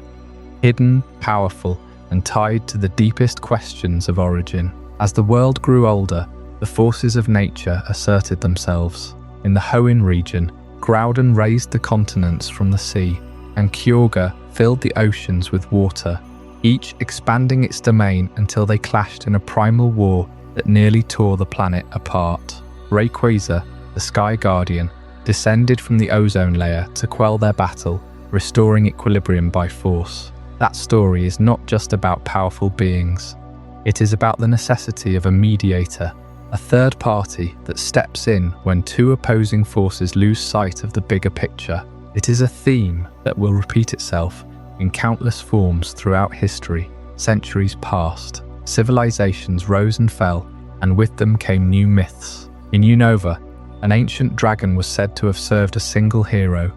But when the hero's two sons quarreled over whether truth or ideals should guide the world, the dragon split into Reshiram and Zekrom, and the third piece, the original dragon's empty shell, became a legend of what was lost. That fragmentation is a kind of wound in the world, a broken balance that has never been fully healed, and it is not the only one. In Kalos, a king named Ad lost his beloved Pokémon in a terrible war. In his grief, he built a weapon of ultimate destruction, powered by the life force of Pokémon, and used it to end the conflict. But the cost was immense. The weapon devastated the land, and Aze himself became immortal, cursed to wander the earth as punishment for his arrogance. That story is the clearest example of human interference with the natural order. A reminder that even the most powerful technology cannot replace the bond between people and Pokémon. The ultimate weapon was a perversion of creation, a human attempt to rewrite the rules of life and death, and it left scars that would echo into the modern era. The world kept turning, and new mysteries appeared. In the Alola region, people discovered that the universe is far larger than they imagined. Ultraspace, a dimension filled with strange and dangerous Pokémon, became a source of both wonder and fear. The Cosmog line, which evolves into the legendary guardians Solgaleo and Lunala, was discovered to be a creature that could tear open portals between worlds, and the Tapu Guardians watched over the islands, maintaining a fragile balance between nature and civilization. Alola's mythology taught us that some mysteries are not meant to be fully understood. They are to be respected from a distance. Then came Galar, where the darkest day nearly consumed the region in a storm of Dynamax energy. At its heart was Eternatus, a Pokémon that had fallen to Earth from space eons ago, its body a conduit for infinite power. The ancient heroes of Galar, with the help of two dogs, Pokémon that would later be known as Zacian and Zamazenta, defeated Eternatus and sealed its energy into the Galar region, creating the phenomenon of Dynamax. But that victory came at a cost. The legend of the heroes was distorted over time. and the true story was buried beneath centuries of retelling. Eternatus was not evil. It was an alien force that simply existed, and it was human ambition that eventually tried to harness its power again in the modern era, nearly causing a second darkest day. And finally, we arrive at the most recent chapters. In the Paldea region, the great crater of Area Zero hides a secret that challenges everything we thought we knew. Terrapagos, a mythical Pokémon from deep within the earth, is the source of the Terrastal phenomenon, a crystallization of energy that can change a Pokémon's type. But what truly makes Area Zero strange is the existence of paradox Pokémon, creatures that seem to come from the past or the future. The debate between the imagination theory and the time machine theory has never been resolved. Are these Pokémon real time travelers? Or are they manifestations of human imagination given form by Terrapagos's power? Either way, they represent a new kind of mystery, one that blurs the line between fiction and reality.